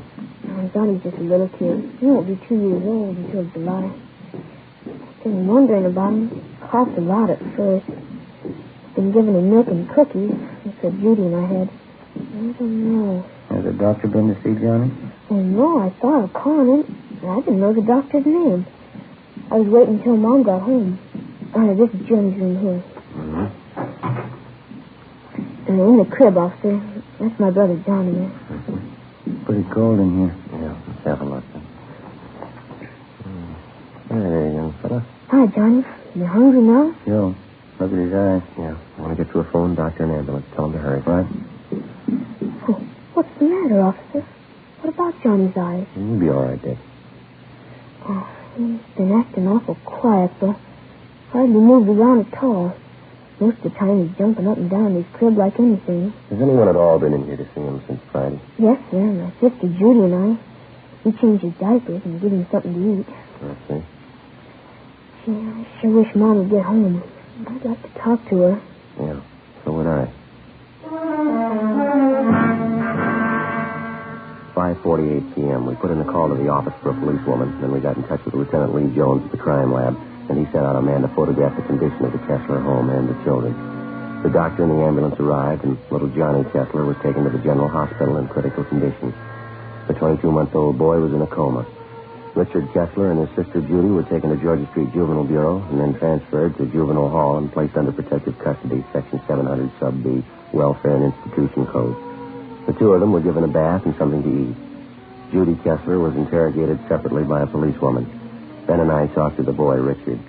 After a few minutes, he broke down and admitted that his mother had gone off and left the three children alone on at least a half a dozen occasions. He told us his parents were divorced. He rarely saw his father, but his mother had had 2 or 3 boyfriends at the house during the past year.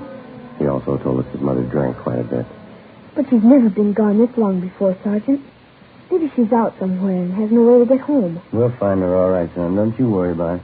Well, this boyfriend of your mother's, Dick, his first name was Larry. Is that all you can tell us? Yes, sir. I don't know his last name. Are you going to keep us here all night, Judy and me? Just for a day or so. They'll take good care of you, son. Where'd you take Judy? Well, she's just next door, Dick. You can see her in just a minute now. And how about Johnny? I always take care of him. Pretty fussy around strangers. Well, they've got him over at the hospital, Dick. They're going to take good care of him now. You can count on that. I don't know, officer. I better see him. He might get awful fussy. All right. We'll fix that up for you. Do you have any relatives in Los Angeles, son? Aunts, uncles, anyone like that? No, just my father, but I don't know where he lives. We had a nurse who used to take care of us, Mrs. McIntosh. She was swell. My mom fired her, though. Oh, how'd that happen? Do you know? No, I'm not quite sure. Maybe my mom was drinking. Mrs. McIntosh got mad at her. Had a big fight, and Mom fired her. Oh, now, this Mrs. McIntosh, you know where we can find her? No, sir, I don't. How about some of the other boyfriends that your mother had, Dick? Do you remember any of their names? No, one of them was George something. I don't remember the other one. Joe, give you a minute? Yeah, Mac. You want to stay with the boy, huh, Dick? Yeah. Hospital call. It's a lousy thing. Well, what's that? The Kessler boy, little Johnny. Yeah? He just died. John Albert Kessler, white male American, age 22 months. All the pertinent facts and data would be listed on the crime report. And if and when the case was closed, the report would be filed away. Wouldn't be any different from 1,000 other dead body reports. Same size, same color. Same number up in the left-hand corner. In the course of 10 or 20 years on the job, a police officer sees a lot of them. Most of them you forget. A few of them you never forget. The next morning, the body was posted to the county morgue. It was found that the youngster had been suffering from malnutrition, but the cause of death was listed as a basal skull fracture. Homicide detail was notified. The search for the mother, Mrs. Jean Kessler, went on. We talked to her neighbors, all of her friends that we could locate. We checked out an address book that was found in Mrs. Kessler's effects at her home. We got out a broadcast and an APB. No luck. Thursday, April 29th. How about the youngster's brother and sister, Ben? You think it could have happened that way? How do you mean? Well, we were taking care of the little fella. They might have had an accident with him. They're afraid to own up to it. I don't think so, Joe. No, that's not very likely, Mac. We talked to them quite a bit last night. A couple of pretty honest kids. Pretty sure that they wouldn't lie about something like that. Where does that leave it, the mother? Good possibility. We know Mrs. Kessler drinks quite a bit. She could have lost patience with a little boy. More chance of an accident there. I get it. Funeral Friday. Yeah, Bert. Where's that? Right, thanks. Yeah? Woman answering Miss Kessler's description checked into the hotel down on South Hope last night. Still registered? When she checked out early this morning, they found a woman's sport coat in the room. What about it? Blood stains on it.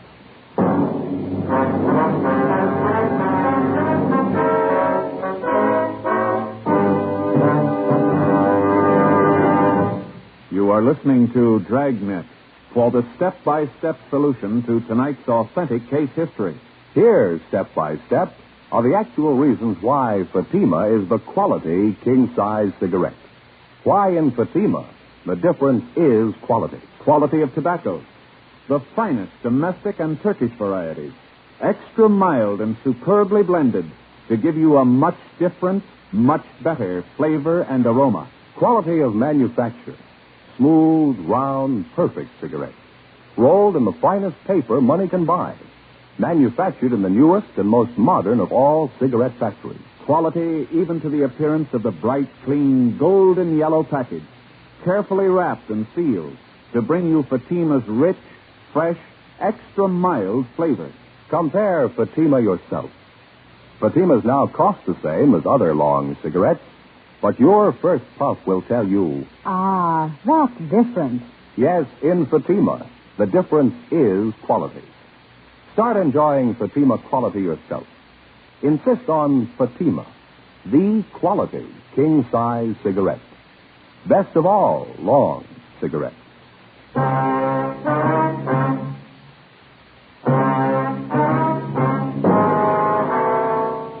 Friday, April 30th. We were still without a lead as to the whereabouts of the missing mother, Mrs. Jean Kessler. The blood-stained coat, which had been found in the South Hope Street Hotel, was shown to Mrs. Kessler's friends and to her children, Richard and Judy. They identified it as belonging to the missing woman. Routine investigation of the hotel room failed to uncover any further leads. We got out a supplementary APB, and then we started rechecking with the Kessler woman's friends and acquaintances. Nothing. We rechecked a dozen taverns and cocktail lounges that she'd been known to frequent. No sign of her, no sign of her boyfriend. In rechecking her personal effects, we found a canceled check payable to their former nurse, Mrs. McIntyre. The endorsement carried her address. We checked it out. She'd moved. We traced it to the forwarding address. There we were told that she had a new job as a nursemaid with a wealthy family living in the Los Feliz district. We called there and talked to Mrs. McIntyre, and she told us that she was just leaving the house with the 3 children for an outing at the park and the zoo. We made arrangements to meet with her out there, 1:30 p.m. Ben and I located her at the head of the path leading through the main part of the Griffith Park Zoo. I read about it in the paper, Sergeant, about Johnny. I didn't know you wanted to talk to me. I would have called in if I did. We're still trying to locate the mother, Mrs. McIntosh. Can you help us out there, though? No, I don't know. Have you asked at those places she used to go to all the time, where she used to drink? Yes, ma'am, we have. They couldn't help her. Did you know any of Miss Kessler's boyfriends, the ones that had come to the house? Yes, I knew all of them. Donald, don't you wander off now. Same for you, Patsy. You stay close. The boy, Richard, he was telling us about one of the boyfriends, ma'am. A fellow named Larry. Oh, yes. Donald, you heard what I said. You stay close. Yes, I knew Larry. You remember what his last name was now? Yes, Bartell. Some kind of an actor in the movies, I think. Bartell. You know where he lives? No, I think he had an apartment in Hollywood. I wouldn't know the address. What kind of a man was this Bartell? I mean his temperament and things like that. Well, I think he was kind of lazy. I think Mrs. Kessler was giving him money. Mm-hmm. Did the two of them ever argue or have any fights?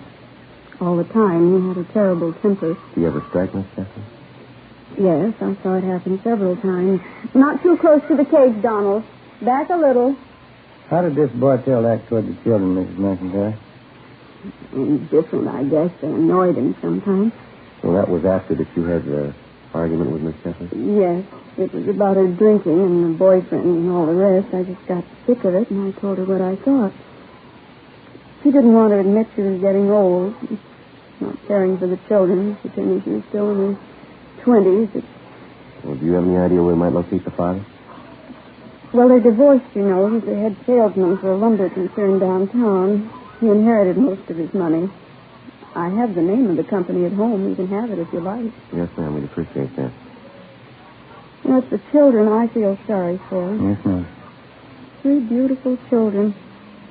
And that poor little Johnny, I just can't understand it. What's that? How could anyone desert a helpless baby like that? We'll ask his mother. Friday, 5 p.m. Mrs. McIntosh called us at the office and gave us the business address of the missing woman's ex-husband, Richard Lane Kessler. We called there, but they told us Kessler was away on a week's vacation. They had no idea where to contact him, but he was expected back in a few days. We called Central Casting and asked them to check their talent list for a bit player by the name of Larry Bartell. They had no such name listed. Saturday, 8 a.m. The Kessler children, Richard and Judy, remained in the custody of juvenile authorities. The search for their mother continued. All day Saturday, Ben and I ran down what few leads we had. They went nowhere. Checks for the morgue, the city hospitals, and the drunk tank at the main jail still failed to turn up the missing woman. We checked again at the different drinking places she used to patronize.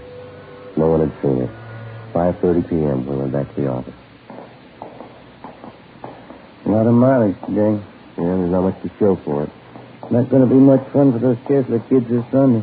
Why? What do you mean? First Sunday in May. Huh? Mother's Day. Oh, yeah. Hi, Mac. Hi. Got a piece of news for you. Yes? The Kessler woman's boyfriend, Larry Bartell. What about him? He's been located. When he'd seen his name mentioned the previous night in the newspaper stories concerning the case, Larry Bartell had contacted the office to let us know that he didn't consider himself a fugitive. At least that was his story. He called just a few minutes before we got back to the office. He left word that he could be found at a Wilshire address all day Sunday. In the meantime, he'd be at the Spotlight Club, the club for theatrical people located in West Hollywood. 6:25 p.m. Ben and I located him at the club back in the billiards room. He was tall, dark-haired, dressed expensively. I told the cop when I called in, you weren't supposed to contact me here. It was important. That little Kessler boy's dead, Bartell. We think that's pretty important. Well, I didn't know anything about that. You didn't have to interrupt me. That's an important man I was playing with. Now, what do you want to know? Where's Miss Kessler? Well, why ask me? I don't know. You're a pretty good friend of hers. You were the last person seen with her. Oh, it was a week ago. We went out to a party last Friday night. I haven't seen her since the following Monday. Last Monday. I'm through with her anyway. What do you mean? I just got sick of her, that's all. Pawing all over me, asking me to marry her. I just got sick of it. It wasn't worth it. You accepted money from her? Just to tide me over. She had plenty of it. Why not? Where'd you last see her? Keep your voices down. I wouldn't like to get around the club. Yeah. There's a hotel downtown on South Flower. I can get it in. Were you at another hotel with Miss Kessler last week? Yeah, on South Hope, around 9th Street, I think. Oh, that's where you found a coat, huh? You got an explanation for that? Blood stain? Sure. Crazy day. So I threw her, then she tried to hit me with a bottle. Cut herself. Boy, I tell you, this wasn't worth it, that's all. I guess you can prove everything you're telling us, huh? Of course I can prove it. It's the truth. And what about the little boy? How'd that happen? I didn't have anything to do with it. It wasn't my fault. Well, how'd it happen? Well, it was that Friday night just before we left the house. The old lady and I were downstairs having a few drinks. She put the little kid to bed, but he wouldn't stay there. He kept getting up out of bed and running downstairs crying. Yeah, go on. She finally took the kid, gave him a good spanking, threw him back in bed. I think he hit his head in one of the course of the creek. Why didn't you do something about it? Well, I told her, but she said it was nothing, didn't matter. Got a coat smart, that's all. Kids are all right when we left. You mean all the times you and Mrs. Kessler went out, you knew those children were being left all alone in that house? Oh, what of it? She's the mother, not me. Oh, look, I gotta get back. I kept that game waiting on. No, just a minute. It's gonna wait a little longer. Come on. Larry Bartell was taken downtown and held for questioning on suspicion of 702 WIC, contributing to negligence of minors. He gave us the address of the hotel where he'd last seen Mrs. Kessler. Ben and I checked it out. It was a typical cheap downtown hotel with a bar opening off the lobby. The desk clerk told us a woman answering Mrs. Kessler's description was registered in a room on the second floor. They had an old-fashioned player piano going full volume in the bar. The sound followed us up the stairs. Tenants here sure must like their music. Yeah. That's just there, isn't it? 216? Yeah.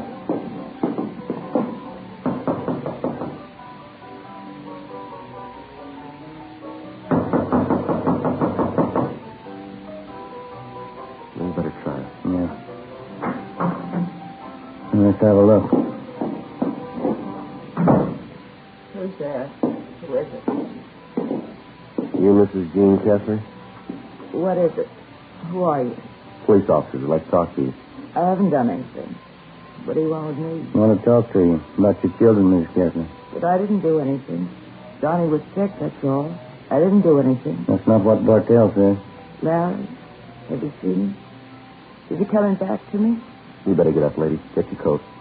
I gotta have Larry back. He's everything to me. I love him. Is he coming back? You've been gone over a week. Aren't you a little worried about your children? They're all right. I'm too young to spend my life on children. I need Larry. Where is he? See if you can find a coat, will you, Ben? Yeah, all right.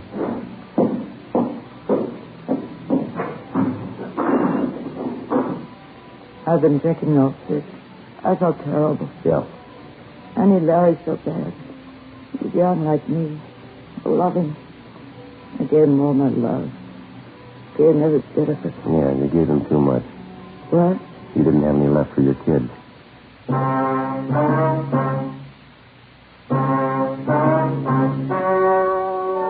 story you've just heard was true.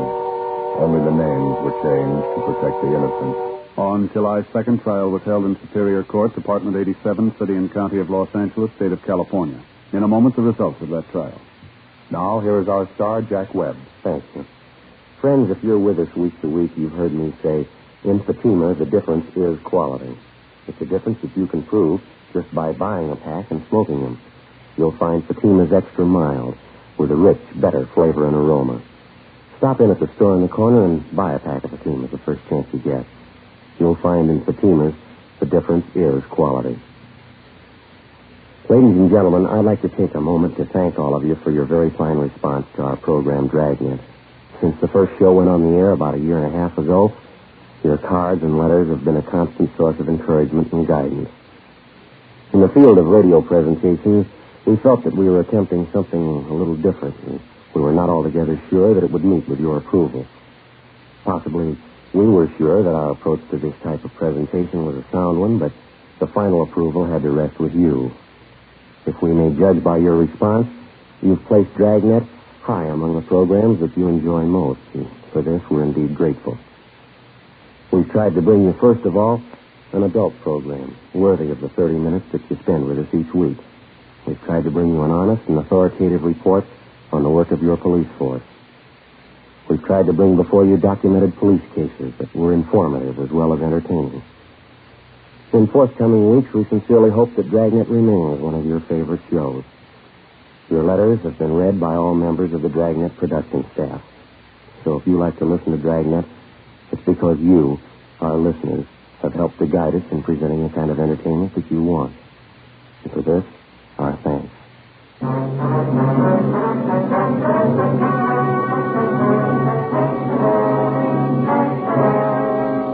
Mrs. Jean Kessler was filed on and found guilty in Superior Court, charge of manslaughter. She was sentenced to 1 year in the county jail and deprived of the custody of her children.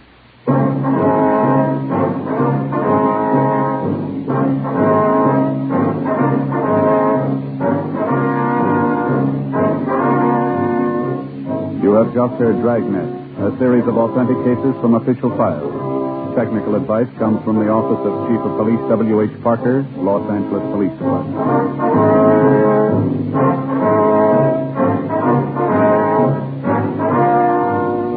Fatima Cigarettes, best of all long cigarettes, has brought you Dragnet, portions transcribed from Los Angeles. Now stay tuned for Counter Spy. Then it's Screen Directors Playhouse on N.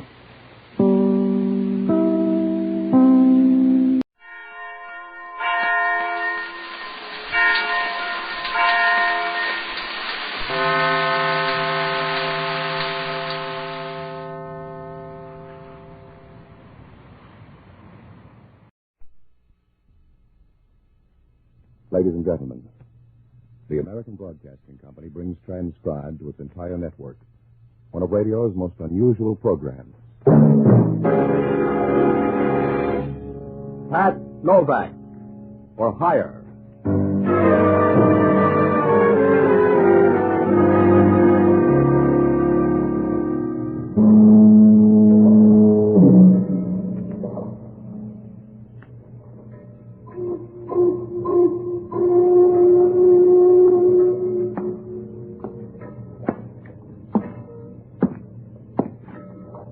Sure, I'm Pat Novak. For hire.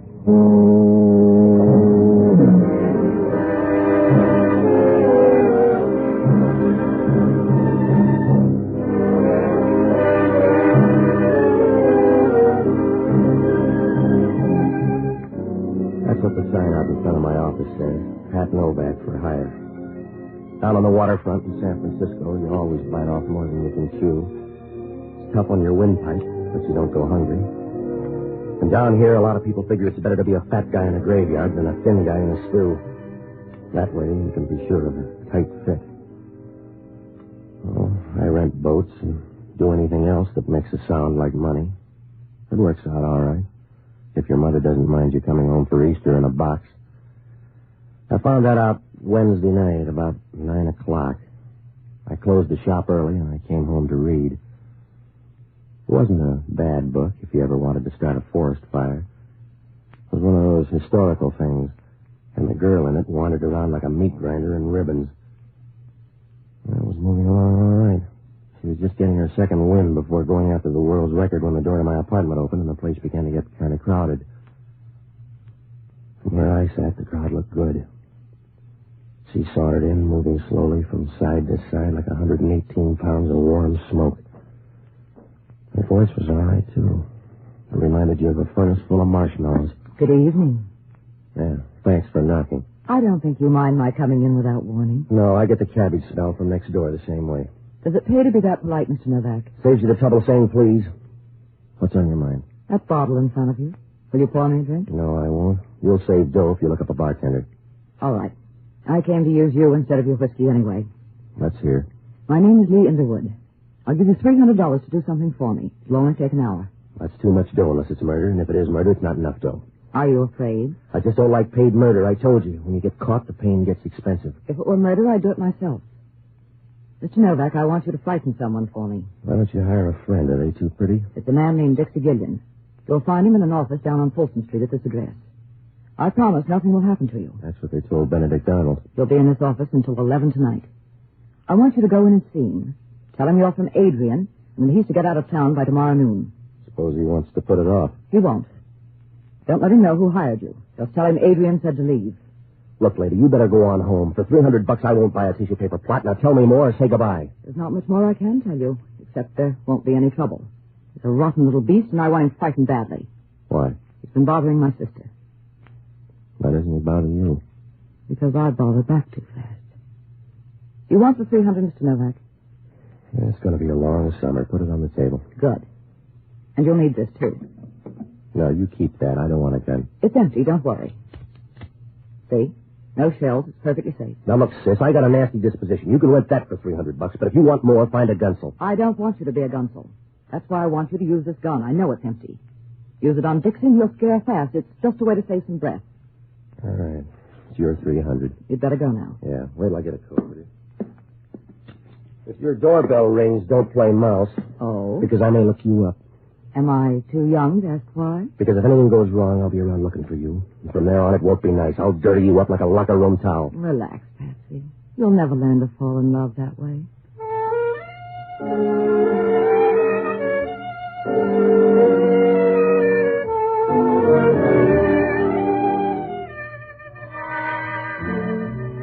She handed me the gun and walked out of my apartment. Seeing her leave made you feel like Frank Buck losing an argument. She walked with a nice, easy swing of a satisfied leopard. And for a small leopard, she had pretty good spots, too. Well, I put the gun in my overcoat pocket and I went down to Folsom Street. The address was down near the bridge entrance, and the street was deserted except for a couple of winos near the corner trying to buy back 1926 at $1 a jug. I stopped in front of the place. It was a machinery company, and I could see a light burning in the back. I began to walk through the place. It was so quiet you could hear a worm with whooping cough, and there were enough shadows around to keep a ghost happy for years. When I got to the office back in the corner, through the glass, I could see a man sitting at the desk. When I opened the door and walked in, he didn't seem surprised. Come on in, mister. You're bad on noise. Yeah? That's right. You make too much for a thief and not enough for a customer. What do you want? About 10 words, if you're Dixie Gillian. Go ahead. You better look up a timetable. What makes you that tough? This. Oh. Well, you look tougher with a gun. Does it make you talk faster? Now, look, I'm going to say it slow, mister. Pack up your rompers and get out. Is that you talking or somebody else? I'm just the guy with a gun. Adrian does the talking. And he says get up. That's right. You got the whole message now.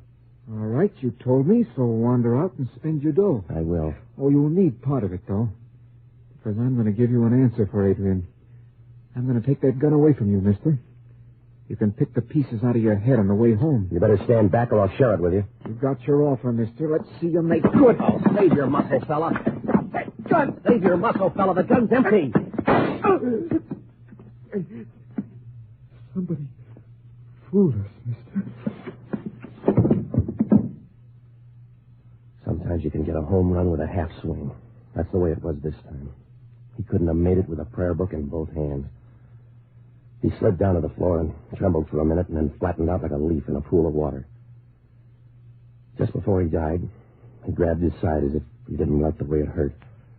And then he didn't care. I rolled him on his back and let him look at the ceiling. His eyes were open, and he looked surprised, like a guy who didn't figure on a change in the weather. There was a scar that ran across his forehead and dug deep into his hairline. And he was lying there with a bunch of pink gum showing as if he was trying to pick up a few bucks with a toothpaste ad. Well, I didn't have time to tell him how sorry I was, because if homicide caught me here, I'd have about as much chance as a canary in a basement full of cats. I started for the door, but right then I knew I could start ordering birdseed. It was Hellman, and he walked over to look at the body. Hello, Novak. The guy looks embarrassed. Yeah, I guess he is, Hellman. What's he doing dead? Putting in a beef somewhere, I guess. He rates it. He'll like you for that, Novak. How'd it happen? A team play. We worked it out together. But you've got the gun. That's right. I got the gun. Yeah. You feel like a bet? No, just keep stealing the old way. You know how I feel, Novak? You feel flabby to anybody else, but to yourself, I suppose you feel good. Look, I walked in here with a gun. There was some quick fight talk, and I killed him, but it's still not a good rap. I can get a long price on it for you, Novak. I'll bet you can, Hellman. You can give me a bad deal, but part of the time it'll be from the other side of the deck. Worse than that, Novak. It'll be all the time. I want to watch you because I think you're going to be a crybaby. I'm going to scream if that's what you mean, Hellman. I'm going to scream about a gal that sent me in here with an empty gun. That's a big hole for a cat pistol, Novak. I got a last-minute curve. It was empty once. Yeah, that's the only way they make a gun. I don't want you for an hour ago. I want you for this dead guy on the floor. All right. I told you I didn't come in here to kill the guy. I don't know him. He may even be a good guy. I'm sorry he's dead. All right, Novak. Just wait a few weeks. You can tell him personally.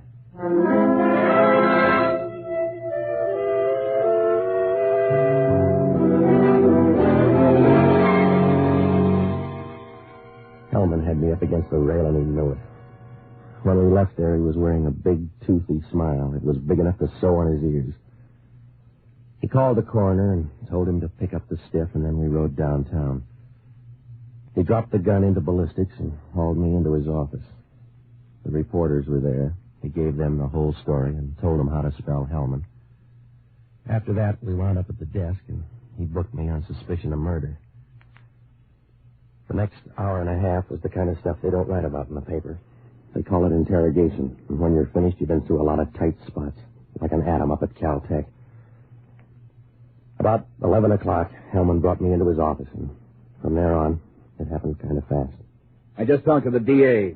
He's going to streamline things for you. Well, he's going to look funny going to trial on a guy you can't identify. We'll find out all about the dead guy. You can't count his fingers without making a mistake. If you want to know who he is, talk to that girl. Her name's Lee Underwood. We've been through all that, Novak. Now, suppose you tell me who Dixie Gillian is. I don't know, Hellman. The girl said his name was Dixie Gillian. I won't press you. I don't have to, Novak.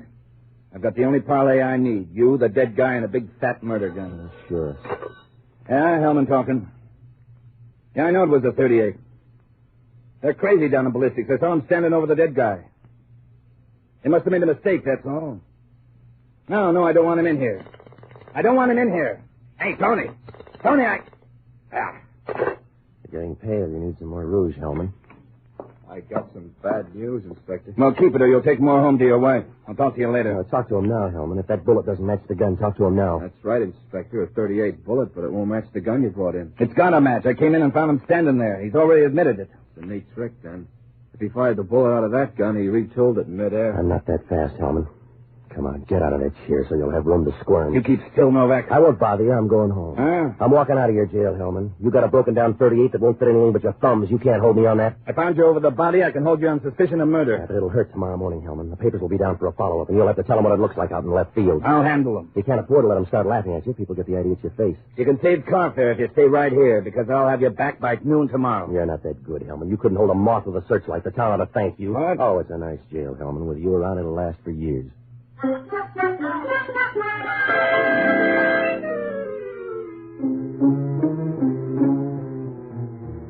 When I walked out of headquarters, I had a nice mess to juggle. It was like trying to walk the baby on a floor full of marbles. If things didn't add up for Hellman, they weren't going to do any better for me. I knew that gun I had went off. If it did, what happened to the bullet, and where did the other one come from? And why weren't there two shots? Well, I couldn't put my finger on a thing, and nothing added up. It was like trying to follow a grain of rice in a Shanghai suburb. So I looked up Lee Underwood's address, and I went by her apartment.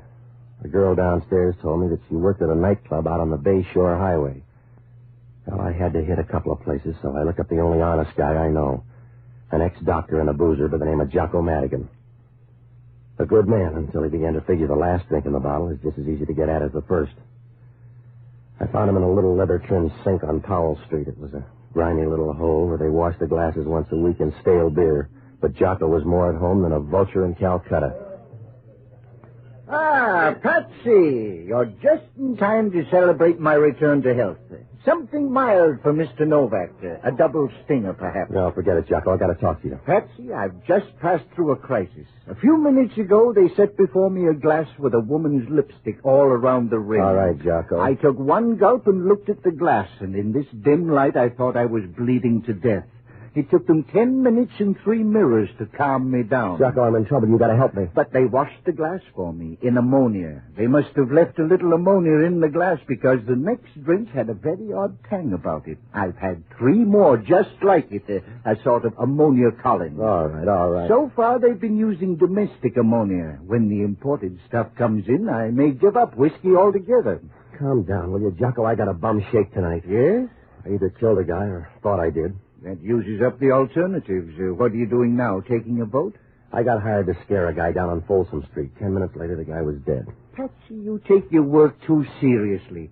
Couldn't you have just scared him into a lingering illness instead of killing him? One of the props was an empty gun. Only when the fight came, it grew bullets. Hellman walked in right after on a telephone tip. What are you doing out of the gas chamber? The whole thing backfired down at headquarters. The bullet and the phony gun wouldn't match. Oh, it doesn't add up, Jocko. That call to Hellman's a tip-off. I was framed, but why wasn't I framed all the way? Who is the dead man? Oh, just a guy with a falling blood count. His name was supposed to be Dixie Gillian, but there's no identification and no record on him. You shouldn't have hired out as a gunslinger. I told you I didn't hire out as a gunslinger. It was somebody else's idea. You have no conscience, Patsy. It's just a sort of soap opera rule of thumb you put into practice now and then, but no real conscience. You'd let a dying woman lie in the middle of the highway unless her head was resting on a pile of savings bonds. All right, Jocko, I'll try with you later. I need help now. What sort of help? I want you to break into a girl's apartment. Yes? Don't worry, she won't be home. Is that supposed to be an incentive? It's at this address here, up on O'Farrell. Her name is Lee Underwood. She's the one who hired me. If the girl's not there, what am I supposed to find? Anything that'll connect her with the dead man. He's a big guy with a scar. That doesn't help much. You can't miss. Go through the desk and drawers. Pick up everything you can, will you? And leave a message at my place. As soon as I've finished this drink. Oh, hurry up, will you, Jocko? Leave the glass alone and get going. Don't rush me. Hurry up, will you? The glass is empty anyway. Yes, that's what you thought about that gun, but the fellow got an awful jolt out of it. Good night, lover.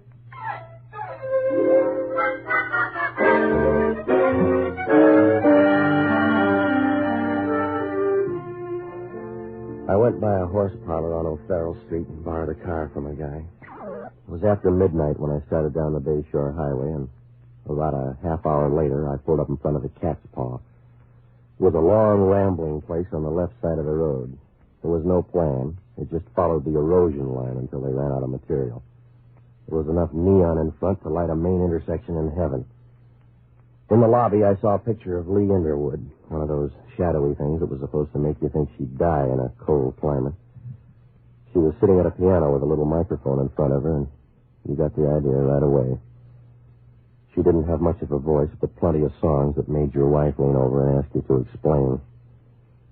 I asked a 50-year-old busboy, and he said she was back in her dressing room getting ready for the 1 o'clock show.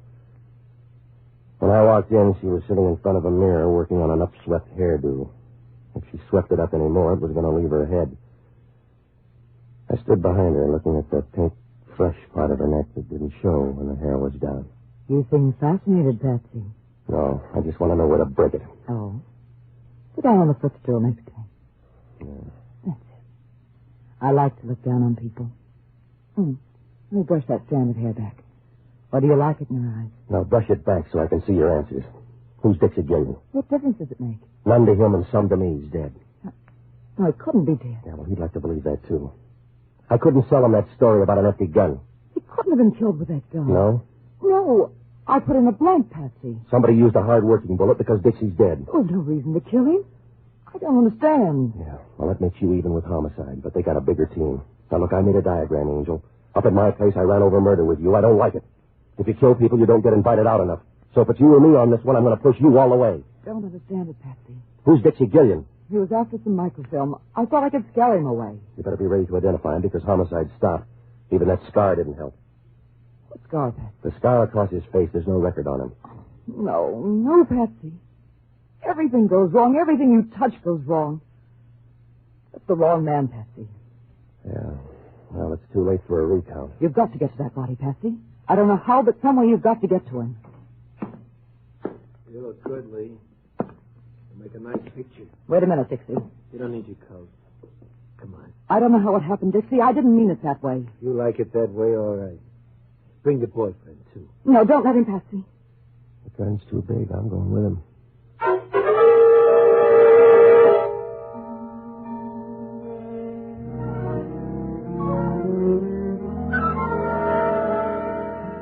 It was a short trip. He led us out of the dressing room and down a thin hall to the back door. On the way past the kitchen, you could smell onions and used grease, and that's about all you noticed except the sound of a jukebox somewhere out in front and somebody laughing in a loud, mirthless way. When we got to the door, it was raining outside. We walked about 40 feet over near some trees where the dark was working overtime, and the gunsel made us stop. Pick your spot, Lee. You can't be that crazy, Dixie.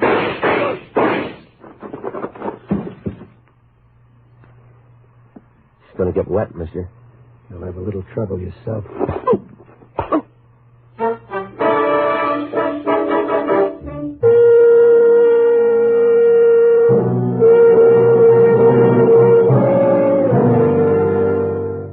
When I woke up, it was still raining. I was lying on top of the mud like a stubborn seed. My wallet was gone, and the gunsel had ripped open my pockets. I stood up and walked over for a last look at Lee. The rain had washed the makeup off her face, and she looked small and tired as she lay there, like a broken doll that had been tossed out in the rain. I guess she was. Well, I got to my car, and I drove back to town. I checked my place, but there was no word from Jocko, so I went up to Lee's apartment. When I opened the door, the room was dark, but I knew somebody was on the rug. Either that or they'd varnished the floor with bourbon. I flipped on the light and bent over Jocko. Hey. Wake up, Jocko. All right, Jocko. Come on, wake up. Come on. A little ammonia. I think would bring me around. What happened? I was sapped, I guess. Everybody's got the same act tonight. Help me up. Where have you been? I went down to meet the girl. Where'd you meet her? In a swimming pool? I've been in the rain all night. She's going to stay longer. What'd you find out? The fellow with the scar is her husband. Yeah? There's a picture in the desk. Are there any more pictures? A few. Take a look. Where, in here? Yes. Well. Who's he? It must be Dixie Gillian. He was down to pay off a debt tonight. She called him Dixie once. There's a note with that name and an address in the other drawer. He's our boy. We better get up there. Not if he's already killed 2 other people. We can't wait for Hellman. If he gets away, I'm all through. I won't have a leg to stand on. That's my point. When the other fellow gets through with us, we won't have much standing to do.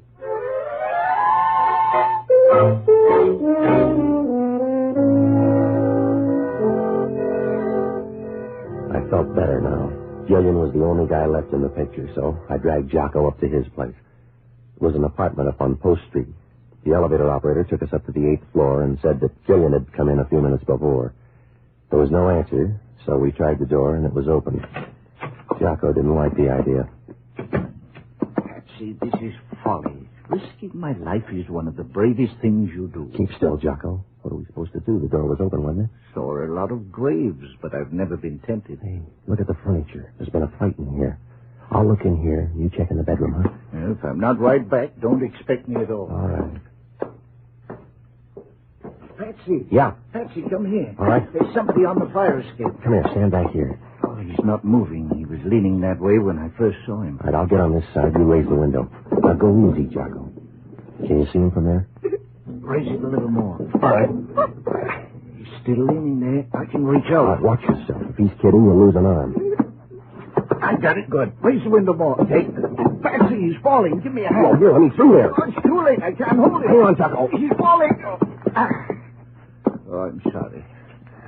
Well, he was probably dead anyway. If he wasn't, that was a step in the right direction.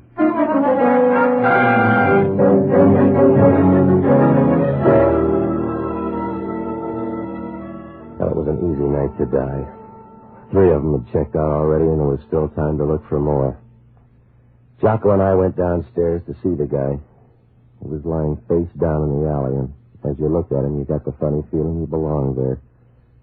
He didn't disturb the scene. He just fitted in like a dirty, wet newspaper under a grandstand.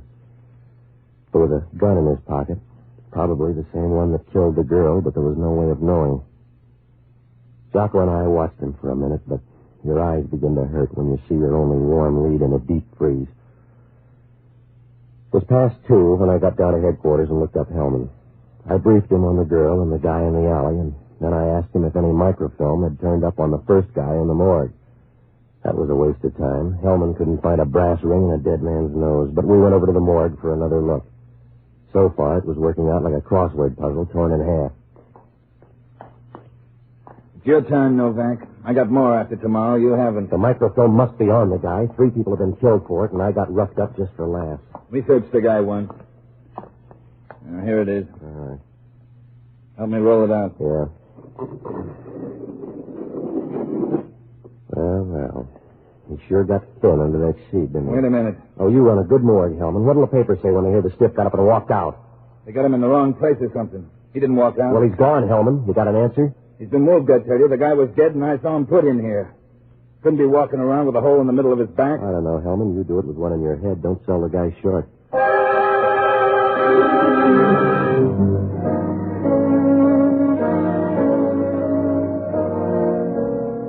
When Hellman found out the body was gone, he stood there and stared at the empty slab. And then he started looking around in a nervous way, like a man trying to find a sugar bowl at a restaurant counter. A few minutes later, he turned and walked out of the morgue, and we were halfway downtown when it happened. It must have hit us at the same time, sharp and quick, like a piece of candy in a bad tooth. The guy back in the alley had come off that slab in the morgue. We got out to Dixie's place, and we began to check. There was a phone operator downstairs, and she said that Dixie had put through a call about 2 hours ago. Hellman checked the number, and it was the ticket office of a railroad. We got downtown and ran through the timetable. There was a train leaving the Oakland Mole in about 40 minutes. Well, it was an outside chance, but tonight that was the only kind for sale. We got down in time to slide on the last ferry over to the Mole. It was still dark out when the ferry pulled away from the slip and started across the bay. But over toward the Berkeley Hills, it was beginning to get light. The sky was the color of a bruise spot on a man's arm. We'll get up to the pallet house and tell him not to dock until we've gone through all the passengers. He doesn't have to be on this one. We'll check the train when we get there. Wait a minute. You don't have to check. There's your boy. Where? Up there on the rail, see? Now, you better go easy, Hellman. He's not a scale model. Yeah, just walk quietly until we're behind him. All right. Turn around, mister. You'll get a better view. Hello, Novak. How was the wind and the rain in your hair? Meet Inspector Hellman. You better turn in your ticket. I hope you brought your muscle. Grab him, Hellman. That's what I'm trying to do. All right, copper. Watch it. I'm being pitched over on the rail. I'm worried, Hellman. Watch it, Novak. I'm going over. Oh! That's one down, mister. Now for you. I landed on the deck and watched him disappear into the dark. Halfway down, the guy turned in. I got up and followed him down the ladder and along the main deck. He ducked into one of the engine spaces, and I started in to look for him. It didn't take long because he turned out to be real helpful. You got the idea yet, Novak? I'll come closer. Tell me then. Do it yourself. But I'll knock you down hard when you show. What's that platform? You're backing into trouble. Stay back there, Novak. Watch out for that platform, will you? You're backing into the engine.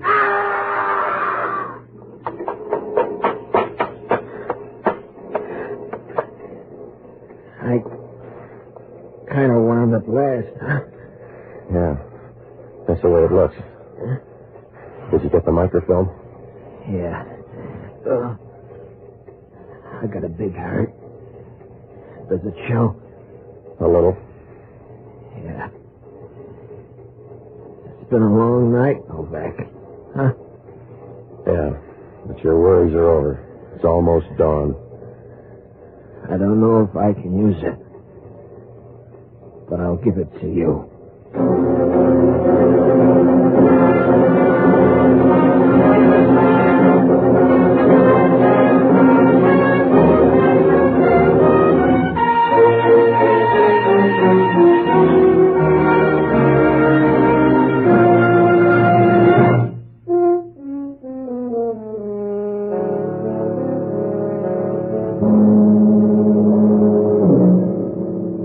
Hellman out of an oil slick a few minutes later. It was the first time his hair ever looked good. Dixie Gillian lasted long enough to piece the story together for homicide. Lee Underwood knew her husband was carrying microfilm, and she was worried, so she hired me to scare off Gillian. Oh, it might have worked, too, but the first slip came when Lee's husband went by to make a deal with Dixie without telling her. When I jumped him, Dixie was outside and figured it was a double cross, so he killed him with a silencer when that phony gun that Lee gave me went off. Dixie knew that the microfilm was still on the dead man. The only way he could be sure was to get the body out of the morgue. He took it up to his apartment, and when he got the film, he planted the gun and put the body on the fire escape. It was a little safer that way. There was a 50-50 chance the police would miss it the first time around, and he'd have a fair lead. Well, almost worked out for him, except for that phone call. The microfilm was in a capsule next to the roof of the guy's mouth. So old it was new again. Well, Hellman asked only one question. In that fight, did I have anything to do with pushing him against the rail? I told him sometimes those ferry boats roll as much as 45 degrees.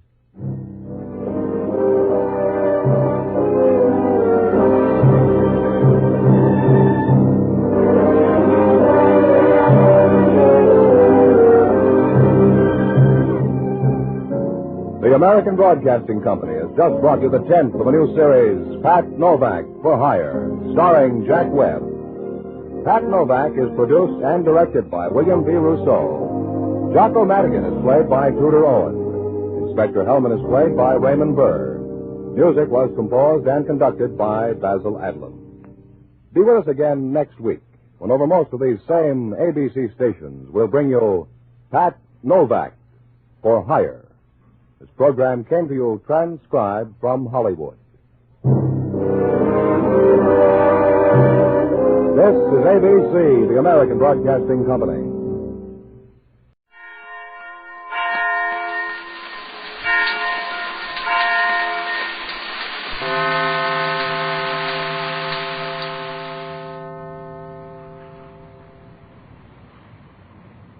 Liggett & Myers, makers of Fatima cigarettes, is proud to bring you its prize-winning radio program, winner of the Motion Picture Herald Fame Award. The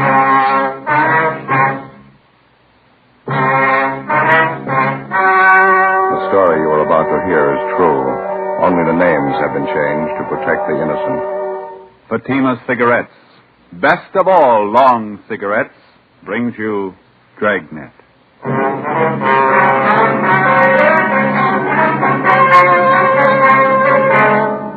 You're a detective sergeant. You're assigned the homicide detail. 12 men dropped completely from sight over a short period of time. There's evidence of foul play. 4 months pass. You finally locate the leading suspect in the case. Your job? Pick him up. You'll be amazed when you compare Fatima with other long cigarettes. You'll find they now cost the same. But in Fatima, the difference is quality. You see, Fatima is the quality king-size cigarette because it contains the finest Turkish and domestic tobaccos superbly blended. And Fatima is extra mild, with a much different, much better flavor and aroma than any other long cigarette. So compare Fatima yourself. Fatimas now cost the same as other long cigarettes, but your first puff will tell you... Ah, that's different. Yes, in Fatima, the difference is quality. Ask your dealer for Fatima, the quality king-size cigarette.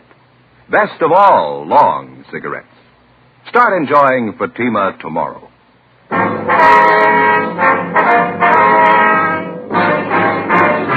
Dragnet, the documented drama of an actual crime. For the next 30 minutes, in cooperation with the Los Angeles Police Department, you will travel step by step on the side of the law through an actual case transcribed from official police files. From beginning to end, from crime to punishment, Dragnet is the story of your police force in action. It was Wednesday, October the 6th. It was sultry in Los Angeles. We were working the day watch out of homicide. My partner's Ben Romero. The boss is Thad Brown, chief of detectives. My name's Friday. We were on the way out from the office, and it was 10:45 a.m. when we got to Ortega Street, number 1285. Second floor? Yeah, room 14.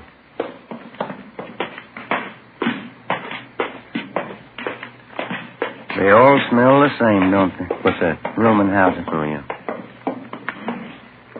No, these are the odd numbers here. Must be down that way, huh? Yeah, here it is. 14. Yeah. Just a minute.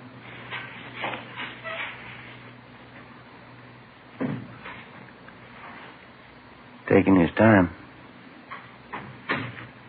Try it again, huh? Yeah, all right.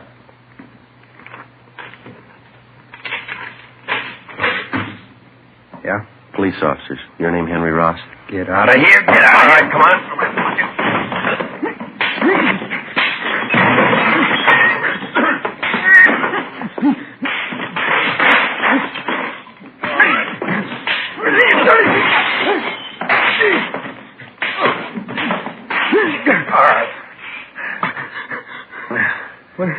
What is this? What do you want? Ben? Yeah. I got him. What is this? You guys really cops? Come on, get up. No fooling. No fooling. You really cops? I thought you were faking. We showed you our identification at the door. I thought you were faking. That's the truth. There's a couple of guys out to muss me up. I thought you were them. Your name Henry Ross? Yeah, that's right. I thought you were one of those moochers I had a fight with in the bar the other night. Said he's going to get a pal and come back in and take care of me. Yeah? Yeah. I ain't got no reason to fight with cops. Well, I didn't do my room any good. Landlady's sure going to scream. All right, come on. You want to finish up dressing? I want to talk to you downtown. What's it about, officer? Missing person. We'll brief you when we get downtown. Well, that's all right with me. Could you take these handcuffs off, please? It's kind of hard dressing with them. All you have to do is put your shoes on. You can make out. All right. I don't know why you had to slap handcuffs on me. I didn't know you were cops. You mind if we check through your things, Rolf? Huh? Why? You mind? Oh, go ahead if you want. I got nothing to hide. You know, if you'd spoke up at the door, there wouldn't have been a fight. I thought you were that mooch in the bar and his friend. I thought you were looking for trouble. You about ready to go? Yeah, I'd like to brush my teeth, though, if you don't mind. I got a real mouthful of cotton this morning. All right, where do you keep your toothbrush? It's over here. I'll get it. No, I'll get it. Never mind. Get here? Yeah, first shelf. It's in the glass. Yeah, Don't you trust me? Here you go. Want some toothpaste? Yeah. All right. There you are. Turn on the water tap, huh? Hey. Nothing, Joe. It's pretty clean. Of course I'm clean. What do you expect? Anybody could have made the mistake. I didn't know you were cops. Henry Ellsworth Ross. Is that your full name? Yeah, that's right. I hardly ever use the Ellsworth, though. It's a real lousy name, huh? Well, what's the fitch on all this, officer? We told you, missing person. Want to talk to you about it. I don't think I can help you. Nobody I know is missing. How about Paul Davis? Davis? Yeah, I know Davis. I don't know if his name is Paul, though. Been gone a long time, huh, Miss Davis? Yeah, that's right. Something wrong, you think? We figure murder. After going over his room thoroughly, we took Henry Ellsworth Ross back to the city hall to the interrogation room. He was a slightly built man, dark hair, brown eyes, swarthy complexion. He was a longshoreman by trade. Among his friends and acquaintances, he was known as a heavy drinker and a man with a violent temper. Ben and I questioned him for a half an hour and got nowhere. He sat across the table, relaxed, scraping at a thick callus on his hand with his fingernail. I'll tell you the truth. I just don't know what you're getting at. I think I know a guy named Davis, and that's about as far as it goes. Sure that's all you got to tell us? Of course I'm sure. Now, look, I got a right to call a lawyer if you're going to sit there and throw a lot of charges at me. We're not throwing charges at you, Henry. We've got a missing persons case. We'd like to have you cooperate. That's about it. Well, maybe I'd like to, but I can't. Paul Davis is just a name to me. Maybe I know him. I don't know. You got that report there, Ben? Yeah, just a minute. Here you go. Thanks. Well, here's the way it goes, Henry. Yeah? According to his wife, Paul Davis left Los Angeles by auto a little over 4 months ago. He was driving up to Oakdale, California to take a job with a dairy company up there. He never got there. He's been missing ever since. So? What's the pitch? All we've been able to find is Davis's car, the 36 Ford Coupe, 7 Tom 792. It was sold a month ago up in Lodi, California. But Davis didn't sell it. A man by the name of Carter signed the pink slip at the time of the sale. Henry Carter. Sorry. Don't mean anything to me. Well, this Carter made it look like Paul Davis had signed the Ford over to him. We checked it out. Davis's signature was Ford's. That's so? It's supposed to have something to do with me? Did you ever use the name Henry Carter? Of course not. Ross. That's the only name I go by. Never had your name changed? No. Never used an alias? I told you, no. I wonder if you'd mind taking a look at this. Here you go, this here. What's this got to do with me? The pink slip to Paul Davis' car. See these signatures on the back here? Transfer of ownership. You recognize either one of them? Paul Davis. Henry H. Carter. No? Doesn't mean anything to me. Is it supposed to? It should, yeah. Why? The signatures are both in your handwriting. How about it, Henry? How about what? I don't even know what you're talking about. You're trying to give me the treatment? What's this all about? I'm trying to locate Paul Davis. I'm not even sure I know the guy. I think you better level, Henry. Our handwriting man checked both the signatures. It's your writing. Well, then maybe you better get a new handwriting man. I never saw that slip. I never wrote those signatures. Anybody can copy handwriting. Well, I got something else for you, Ross. I'd like to have you check it over, see if you can identify it. What is it? It's a letter. Want to take a look here? Does that mean anything to you? No, nothing. I hope you're not going to tell me this is my handwriting. That's what the report says. Oh, it's crazy. I never wrote like that in my life. All the writing characteristics match up, same as the signatures on the pink slip. All right, maybe they are the same. I didn't write either one. I never wrote like that in my life. Here, let me show you how I write. No, it's all right, Henry. Ben, do you want to pull the package tomorrow night? Yeah, okay. I don't savvy one bit of this, Sergeant. How about laying it out here? You can see the name at the bottom of the letter. It's signed Henry Carter, same as the pink slip. Well, that doesn't mean anything to me. Well, this letter was sent to the wife of Paul Davis about 9 weeks ago, and it says here that Davis supposedly was too busy to write his wife, so he had this Henry Carter send a letter. He also writes in here that Davis sold his car to Carter. Somebody trying to cover up, huh? Yeah, we think so.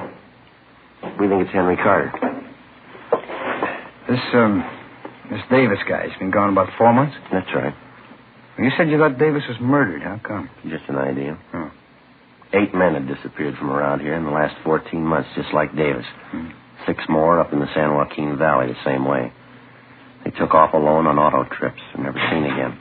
Not a trace. Pretty funny. Here you go, Joe. Thank you. You've got your record here, Henry, from Baton Rouge. Sent to Sheriff Clemens for it. Huh? Look, do we have to drag all out again? It's past. Just one thing we had to check, Henry. You told us that you never use an alias, is that right? All right, I have. I didn't know what you're getting at. I didn't figure there's any use dragging out dirty laundry again. I asked you if you ever used the name Henry Carter. Okay, I've used it. It's a common name. There's a lot of Henry Carters around. We only know one who fits your description. I'm clean. You know that. On the smoke, Henry? No. You? Yeah, thanks. Well, let me have one, will you? Sure.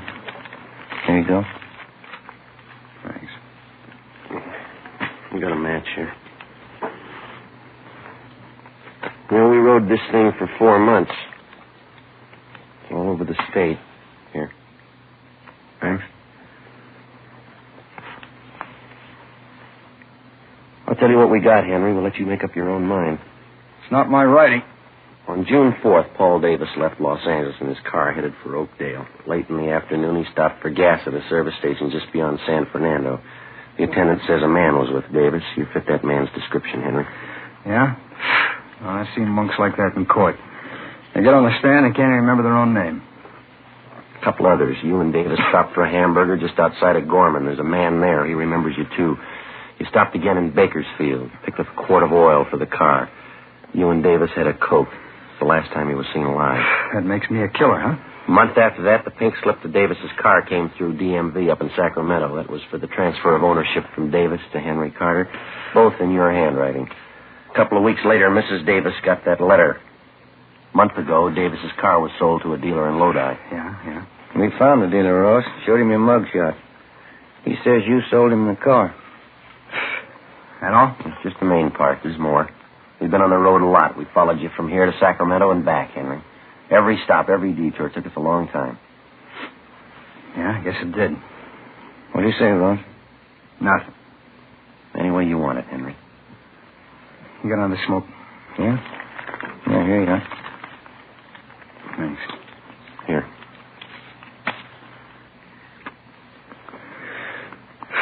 Yeah. I guess you worked hard on it, huh? All over the state. That's right. Must be pretty hot up in the valley summertime. Dusty, huh? We made out. I've never been up in the valley in summer. It's too hot for me. We got people who saw you there. What's it prove? 10 people and some writing samples. You can't build a case on that. You know it, don't you? We're going to try. You think I murdered Davis? You, Sergeant? Yeah? You think I murdered those other guys, too, huh? What was it, 10, 12 of them? We're asking about Davis. You think I killed him?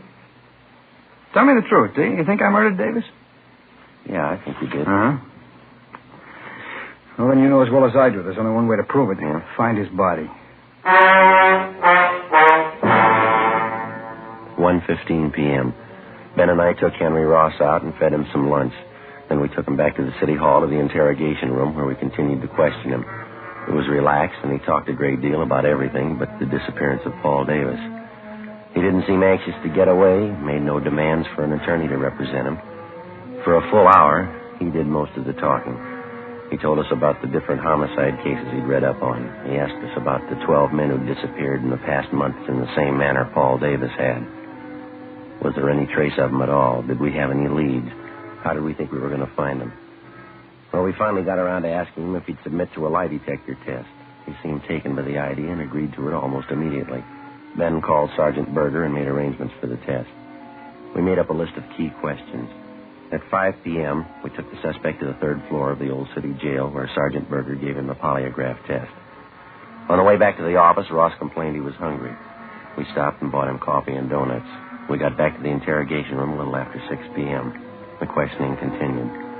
Ross didn't seem to mind at all. He kept talking. We let him talk. 8 p.m., he was still going strong. You remember the Wilson case back in 34, don't you, Sergeant? Woman killed her whole family. Big case, you remember.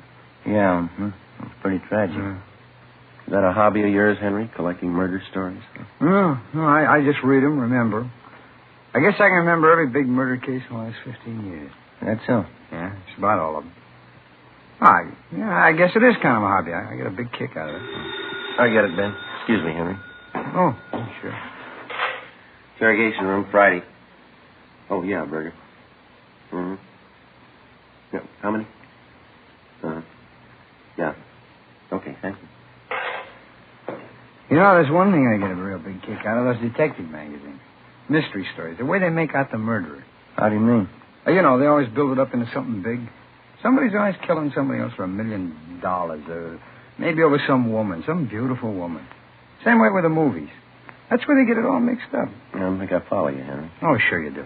Every time some guy writes a murder story, he's got to build up a big reason for the killing. Mm-hmm. A lot of money, beautiful woman. Revenge, maybe. Always got to be a big reason. Motive. Motive, that's what they say. Yeah, well, it generally works out that way, doesn't it? Why? I bet you there's 1,000 murder cases in your files without any reason at all. Some people kill, that's all. I've heard about lots of them. They just want to kill, and they go ahead and do it. Maybe for a few bucks, maybe for nothing. They just do it, that's all. That's all. Sure, you know that. Like this thing you've been talking about. 10, 12 guys disappear. They got a few bucks, maybe they got nothing.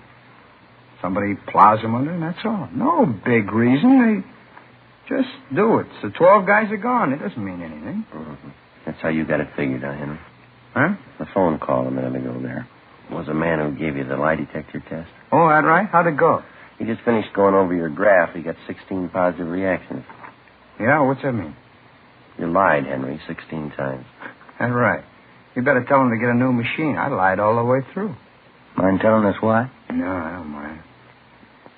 I guess I knew you'd find out. Let's go get something to eat first, though. I'm hungry. No, we better talk a little more, Henry. Well, let's go. I'll tell you why we're eating. Bring a pencil with you. I'll draw you a map. Map of what? The canyon, where I buried it.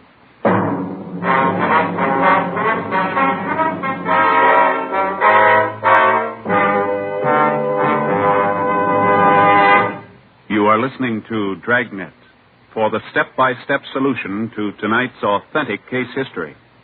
Here, step by step, are the actual reasons why Fatima is the quality king-size cigarette. Why in Fatima the difference is quality. Quality of tobaccos.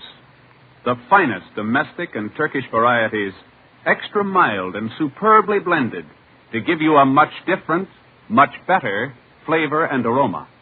Quality of manufacture. Smooth, round, perfect cigarettes. Rolled in the finest paper money can buy.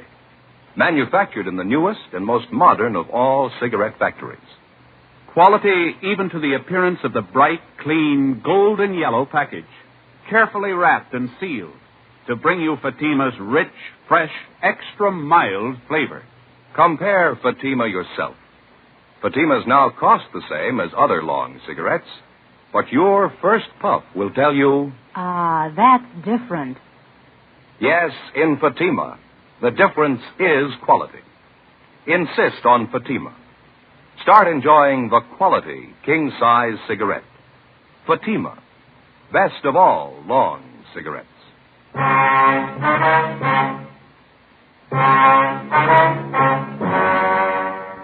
Wednesday, 9:55 p.m. Ben and I took Henry Ross across the street, bought him a Coke at Mac's place, and we took him next door to the Melbourne cafeteria. It was almost closing time. Ross got himself a cottage cheese and pineapple salad, bacon and liver with onions, rye bread, banana pie, and coffee. Ben had a hot beef sandwich, mashed potatoes, and coffee. I had the same. At the back of the cafeteria, one of the busboys was mopping the tile floor. There was a strong smell of disinfectant. How about that table over there, Sergeant? Is that all right with you? Yeah, it's okay. Doesn't make any difference. It's fine. Yeah.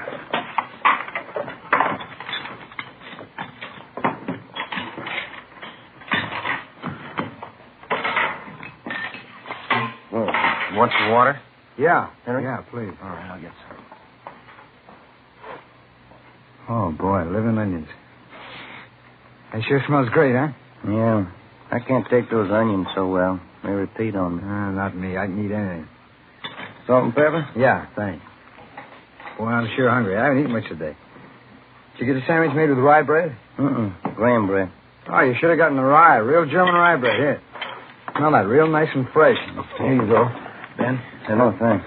Oh, thank you. You know, all that talk really sharpened up my appetite.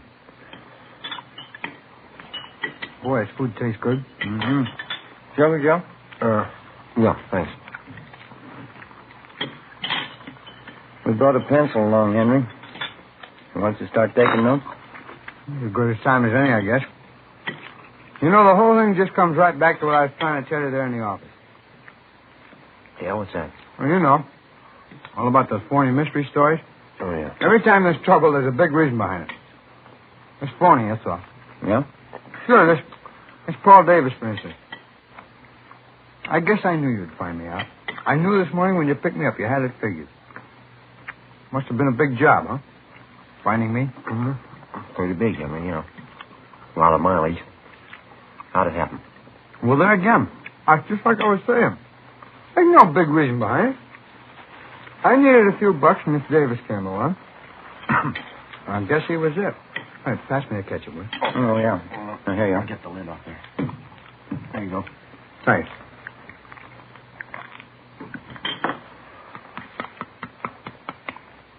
Where'd you meet Davis, Henry? Oh, I was hitchhiking out in Ventura. I'm not a dime in my jeans. I was going up to Maricopa. I thought I had a job up there, and Miss Davis come along. She picked me up. Mm-hmm. You ever know him before that? No, a stranger. He said he's going to Oakdale. The guy give me a ride. Go ahead. Well, we stopped for gas at San Fernando, and I saw he had a few bucks in his wallet, and I guess that's when I got the idea. About what? Killing him. Now, maybe that gives you an idea what I was talking about. You don't need any big reason to kill somebody. Davis said 18 bucks. Now, suppose I told that to a writer. Somebody killing the guy for 18 bucks. That wouldn't make much sense, huh? He'd tell you it'd never sell. You need $1 million, beautiful woman, good motive. Yeah. Where'd you kill him, Henry? Just outside of Bakersfield. Little canyon there. I got Davis to buy a fifth of sherry in Bakersfield. He drank some on the way. Hey, pass the salt, huh? Yeah. There you are. Thanks. Liver's no good without plenty of salt. How'd you kill Davis, Henry? Well, that's a funny thing. He drank some of the wine, got a little sleepy. I was just outside of Bakersfield. Dark by that time. I spotted this little canyon. I figured it's as good a place as any. Well? So I guess him pull off to a side road and had a few more drinks. I spotted this little shack out there in the middle of nowhere. Exactly where was this, Henry? Well, I can show you. It's maybe 2 miles north of Bakersfield. We got to the shack, finished the wine, and went to sleep. Both of you? Mm-hmm. And that's where the funny part comes in. I guess I killed Davis, all right. But I didn't mean it. Oh, brother, get a whiff of that, huh? Why do these monks have to mop up while people are eating? They'll be through in a minute, Henry. Fine. How'd you mean, Henry, you didn't mean to kill him? You already told us you had the idea. Well, sure I had the idea. Let me explain, huh? We both went to sleep in the shack, Davis and me. Guess that must have been, about 9 o'clock at night. I don't know what it was. Maybe the wine, I guess, but I started having nightmares. Yeah, now maybe this part sounds like a story, but it's the truth. I had all these dreams. I woke up, but they're still there. What was that? Faces. Faces. That's all I could see. It was full of faces. I guess I was really still asleep. Yeah, go ahead. Oh, I picked up a 2x4 and started swinging at them, their faces. Funny thing, too, I knew every one of these faces. How do you mean? People I killed. There are only a dozen of them, really, but it seemed like there were 100 of them all around in the air. Well, I grabbed that 2x4 and I started swinging. I was cold and sweating all at the same time, and I kept on swinging. And I saw Davis's face, and I swung hard, kept swinging. Didn't even make a sound. His eyes closed, kept on swinging at his head. Well, I come to, there he was, lying on the floor. It seemed to take those other faces away. They didn't bother me after I killed Davis. What'd you do with him, Henry? Oh, pulled him outside the shack, dug a hole and buried him. Burned his clothes, took his car and money, and drove off. I'll show you if you like where I buried him, I mean. How about these other men, Ross? These faces you saw? Oh. When if I get a little more coffee? Huh? It's all gone. I'll get it. Joe? No, thanks. None for me. What about it, Ross? The other men? Well, I don't recall them too well. It's what you said in the office. 10 or 12 of them. A couple in Sacramento, the others down through the valley. Like I say, there was no big reason for killing them. It just happened that way, that's all. What'd you do with them, you remember? Generally, yeah. There's one of them that stands out. Guy by the name of Slattery, some kind of salesman, a real crybaby. Where'd this happen? Oh, he picked me up in his car outside of Chowchilla. It's nighttime. He must be feeling pretty good. I made him stop on a side road. I hit him with a piece of angle iron. He cried like a baby. Buried him in a field there. It is one of the faces that I saw. That's funny, huh? It shows you how psychology works, huh? Yeah, what'd you do with his car? Slattery's, I mean. Drove it down to Mexico and sold it there. Guess that's what I should have done with Davis's car. Oh, here you go. Oh, thanks. These killings of yours, you got any more you want to tell us about? Well, I told you already. 10 or 12 of them. They're pretty much the same. When was the first one? Oh, maybe 18 months, 2 years ago. The first one wasn't any harder than the last. It's just like I was telling you before. Yeah? Everybody builds up murder. It's supposed to be a big thing, hard to do, all those phony stories. I'd just hit a guy a couple of times or something, that'd be it, a real small thing. Didn't change me any. That's why I say it's all built up. You ever been treated for any mental sickness, Ross? No, why? You ever been examined by a psychiatrist? No. After you killed these men, did it bother you at all? I'm just that wondering. The time I was with Davis. That's about it. Sure, good meal, Sergeant. Thanks. Yeah, okay. You ready, Ben? Let's go. We'll go back upstairs, huh? Yeah. Do you want to give us a statement? All right. I had an idea you'd find me. I guess I always knew that you'd find me. Well, let's go, then. Guess I proved my point anyway, huh? It's all built up. Huh? Murder. Killing somebody. Those phony stories. It's all built up. It's cheap. No, you got it wrong, Henry. Huh? Wait till they read you the bill. The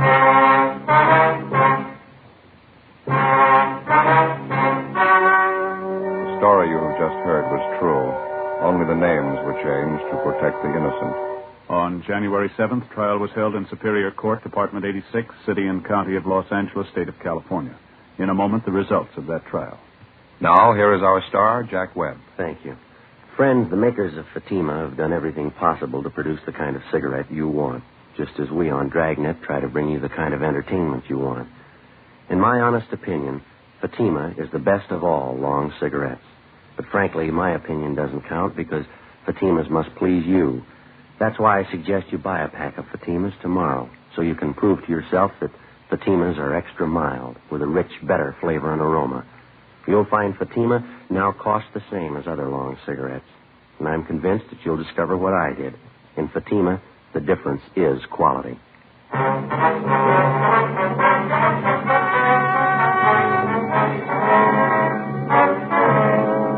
Henry Ellsworth Ross was tried and found guilty on 2 counts of murder in the first degree and received the death sentence.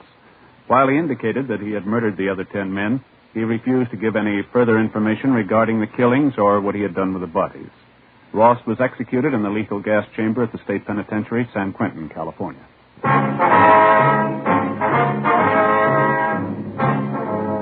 You have just heard Dragnet, a series of authentic cases from official files. Technical advice comes from the Office of Chief of Police W.H. Parker, Los Angeles Police Department. Fatima Cigarettes, best of all long cigarettes, has brought you Dragnet portions transcribed from Los Angeles. Now more excitement with Counter Spy on NBC.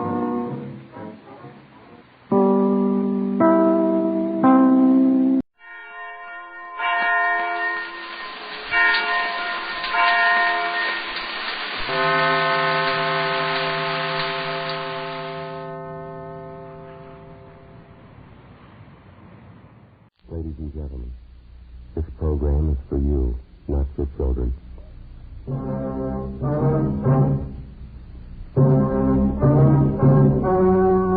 story you're about to hear is true. Only the names have been changed to protect the innocent. Fatima Cigarettes, best of all long cigarettes, brings you Dragnet.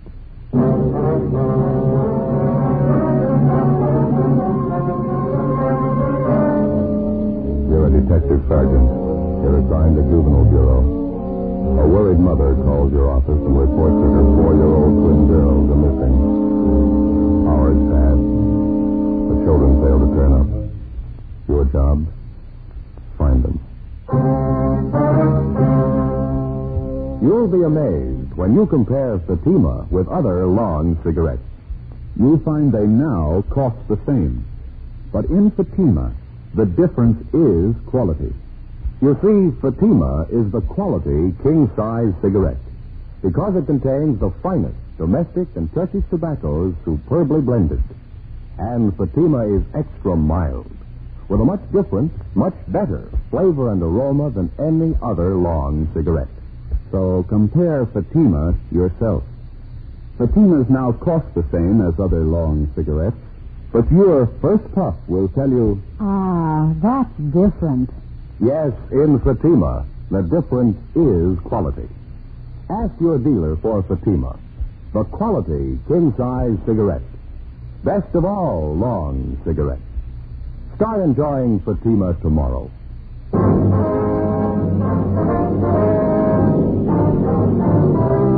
Dragnet, the documented drama of an actual crime. For the next 30 minutes, in cooperation with the Los Angeles Police Department, you will travel step by step on the side of the law through an actual case transcribed from official police files. From beginning to end, from crime to punishment, Dragnet is the story of your police force in action.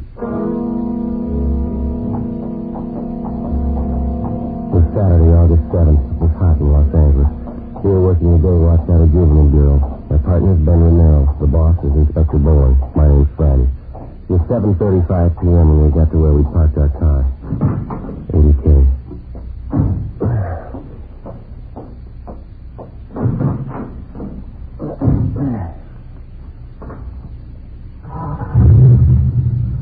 Let's see, man. Your house is back that way, huh? Yeah. You like to swing around here, huh? Yeah. I'm on that side. Okay. Plenty of room here. No, you better wait a minute. Okay, it's all clear now.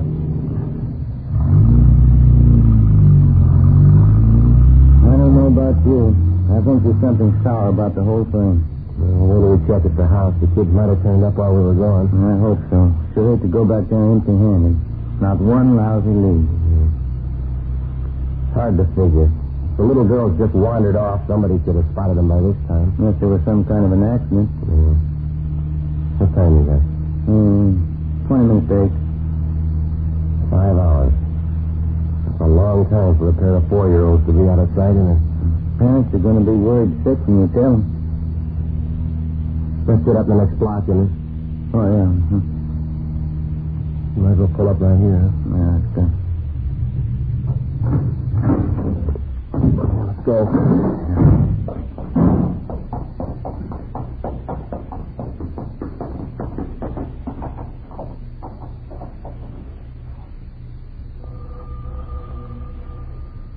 Lousy job. I'll put in with you. Oh, the officers, come in. Thank you. Have you heard anything? No, sure, not too much, Mr. Carson. We just finished checking the neighborhood. Well, somebody around must have seen the kids. Did you talk to everybody? We checked out all the names you gave us, sir. Everyone who knows your little girls, the kids they play with, their friends, parents, storekeepers in the area. But somebody had to see them. They got to be around someplace. Joan and Tilly got lost in that park. I know they would have headed up toward home. What is it? You found it? No, we're still checking these, Carson. Nothing much to tell you right now. Dear God, somebody's got to see it. Tilly and Joan couldn't have wandered off that far. I don't think it's as bad as it might seem to you, ma'am. Children have been missing a lot longer than your two little girls and turned up all right. Just try to relax, Miss Carson. Why wasn't somebody seen it? They wandered out from us in the park, but it's only 3 blocks from your house. Why isn't somebody seen it? Dark out. God knows what could have happened to them, you know? Take it easy, honey. Don't start imagining things. I think it's just a matter of time, ma'am. We've got 3 teams of men working on it with us. Gotten out a broadcast on your girl? Did you talk to the Spaniards on the street in the Peterson? Yes, ma'am, we did. We checked out all the names that you gave us. There is one thing we wanted to ask you about. Okay, Sergeant. Well, about the spot in the park where you had your picnic this afternoon, where the little girls wandered off from. Exactly where I pointed it out to the other officers by the eucalyptus grove, right off 7th Avenue, just about 3:30 this afternoon. We finished lunch. Frank was taking a nap, and I was reading. I saw the girls playing tag over by the tree. I looked up in a few minutes, and they were gone. Just like I told the other officers. Then you're sure about that location, huh? Of course I'm sure. Why should I lie to you? I want to find the girl. Please, Madam, please. Come on, honey. Take it easy, huh? It's just never happened to us before, Sergeant. Joan and Tilly's never gone off like this. It's not like them, that's all. They're only babies, really. Yes. Would you like me to get that for you, Mr. Carson? Yes, sir. Would you please? Sure. Oh, hi, Wilkie. Joe, anything? No, I can't. You? Want to step outside? Sure. Yeah. Ralph and I checked with a guy who runs an ice cream wagon. He works the area in the park where the kids disappeared. What did he tell you? He girls about a half mile from that eucalyptus grove. About 3 o'clock this afternoon. They were with a man. Yeah. Said he saw the man put the kids in a truck and drove off with them. 8 p.m. Together with Tom Wilkie, Ben and I left the home of Mr. and Mrs. Frank Karsten, the parents of the missing girls, without telling them about the latest report. Until it was positively confirmed, we felt that telling them would serve no purpose other than to worry them needlessly. The ice cream vendor, a Mr. George Comanche, who had reported seeing the 4-year-old girl, considered to drive out with us to the park area where he'd spotted the children in the company of an unidentified man. I was right over there, officers. This big guy, mustache, he had the little girls, one on each hand. He was walking them out of that clump of trees over there. Think you can describe the man for us, Mr. Comanche? Well, I didn't look that close. I thought he was the father. The kids were sniffling, you know. Maybe like they'd been crying. I'd better check the ground over there by the trees, huh, Wilkie? Yeah, sure. Stan? Ralph, want to give a look over here? Didn't you notice anything at all about this man, Mr. Comanche? I mean, other than his mustache? Well, big man, big shoulders, regular truck driver, you know. Work shoes, blue shirt, blue pants, jeans, I guess. Mm-hmm. How about the color of his hair? Some kind of distinguishing marks, maybe? No, I don't know.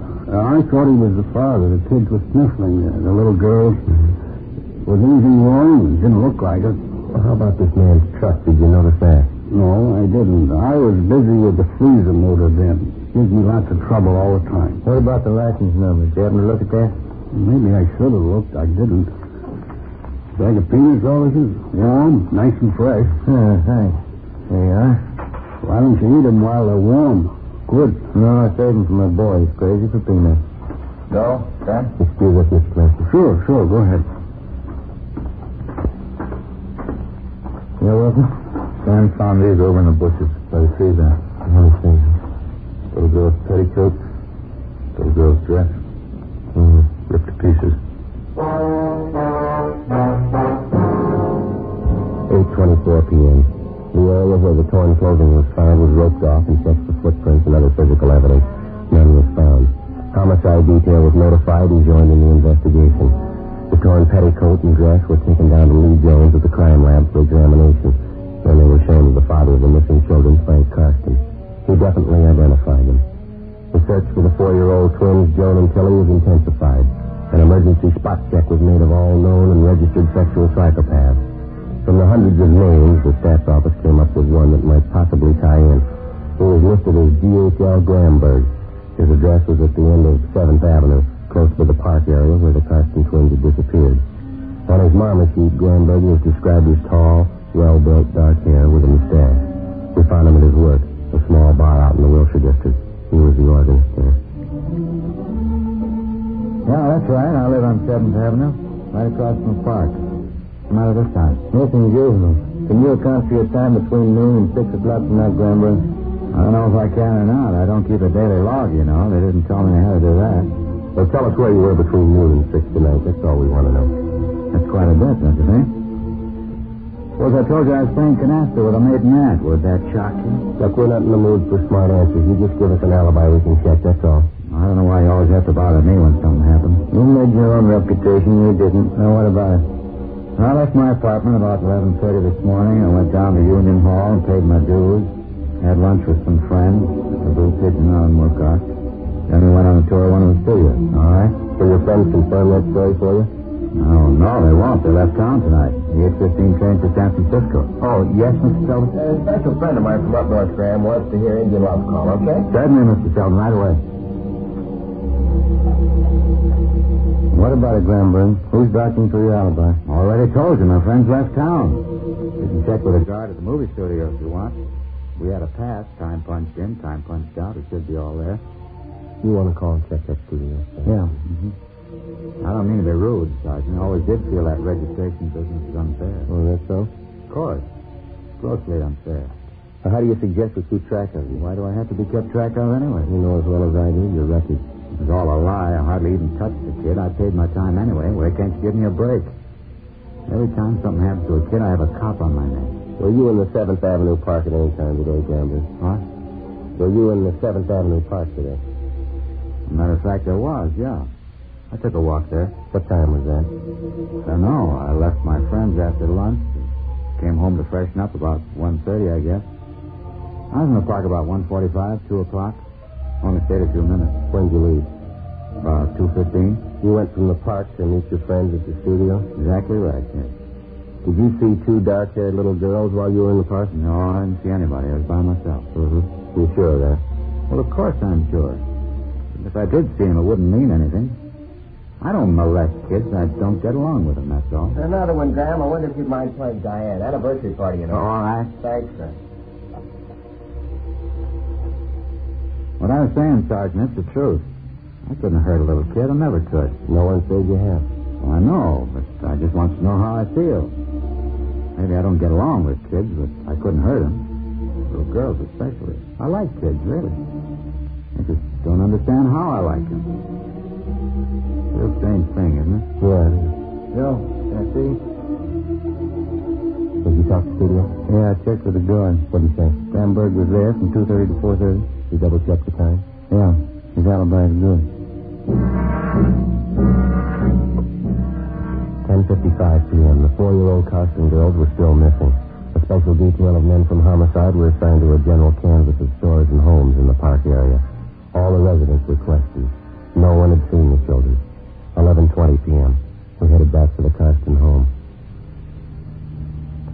No more out of smokes, Joe. You got some? No, I'm out, too. The drugstore up ahead. I guess we can get some there, huh? That car in front of us. That's Wilkie Bates' car, isn't it? Let's see. Yeah. Oh, there's Wilkie coming out of the drugstore. Hey, Will? No, Joe. Just talked to the office. Mm-hmm. They got a call from the Valley Station a few minutes ago. Yeah? The little girls. They've been found.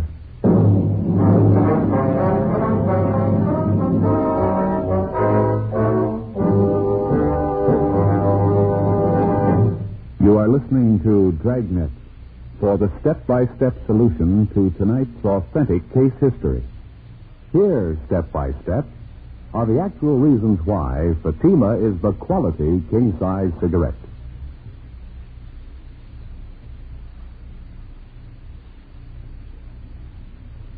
Why in Fatima the difference is quality. Quality of tobaccos. The finest domestic and Turkish varieties, extra mild and superbly blended to give you a much different, much better flavor and aroma. Quality of manufacture. Smooth, round, perfect cigarettes. Rolled in the finest paper money can buy. Manufactured in the newest and most modern of all cigarette factories. Quality even to the appearance of the bright, clean, golden yellow package. Carefully wrapped and sealed to bring you Fatima's rich, fresh, extra mild flavor. Compare Fatima yourself. Fatimas now cost the same as other long cigarettes, but your first puff will tell you... Ah, that's different. Yes, in Fatima, the difference is quality. Insist on Fatima. Start enjoying the quality king-size cigarette. Fatima. Best of all long cigarettes.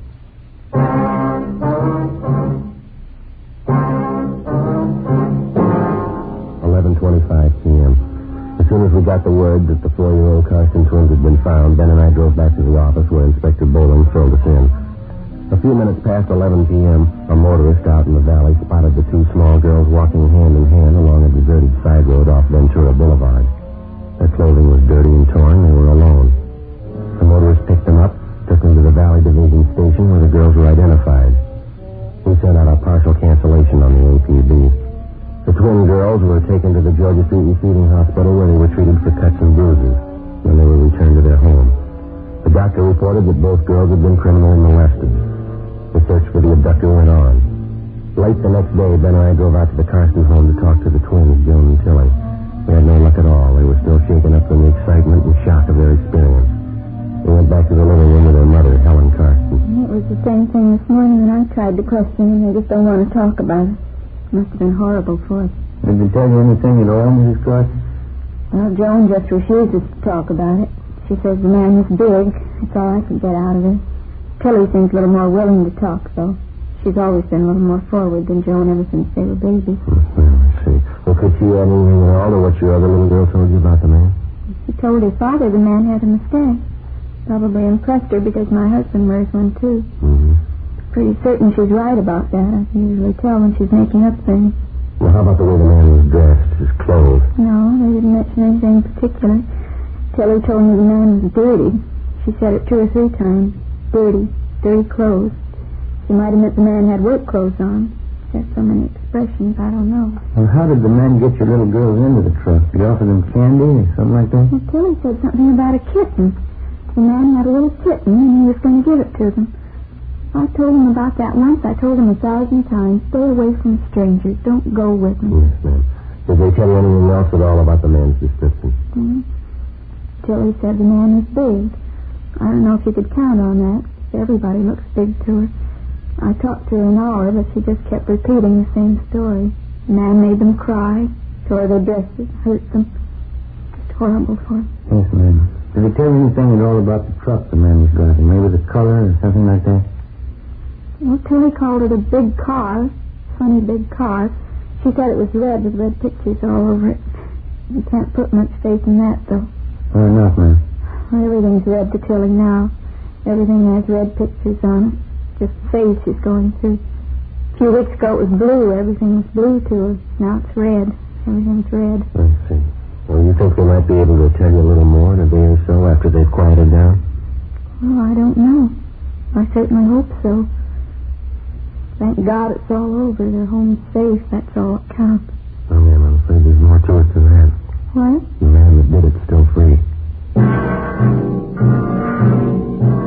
Monday, August 9th.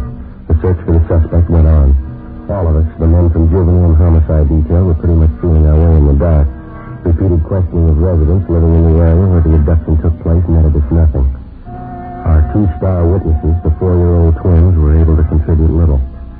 We stayed on it. Another 3 days of pounding the pavement, knocking on doors, and asking stock questions led nowhere. As in most cases like this one, the criminal enjoyed the distinct advantage of having victims who were unable, because of their age, to clearly identify him. Tuesday, August 10th. In the late afternoon, we got a call from a Bernice Hopper, a real estate agent in the West Hollywood area. 4:15 p.m. Ben and I drove out to interview her. Excuse me, officer. I just found out listening to this first. All right ahead, Miss Howard. I just know it's got to be here someplace.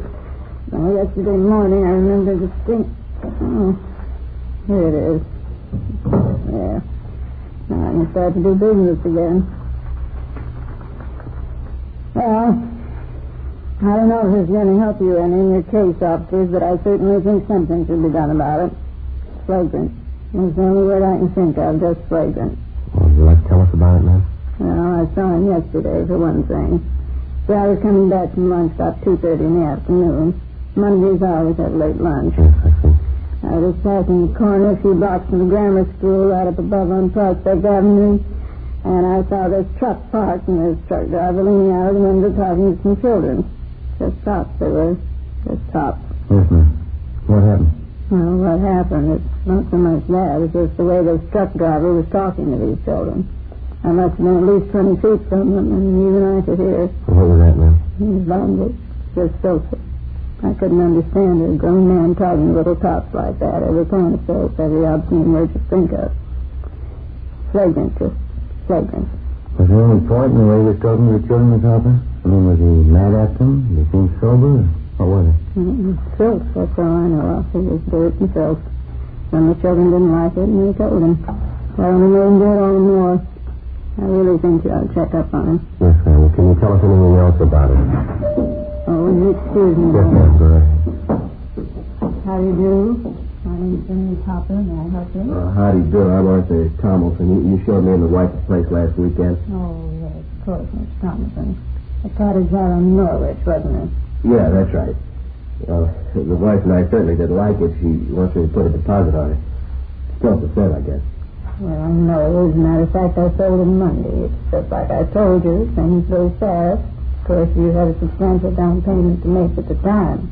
Oh, yeah, it did take me a few days to get some money together. It's too bad. Well, we certainly love the place.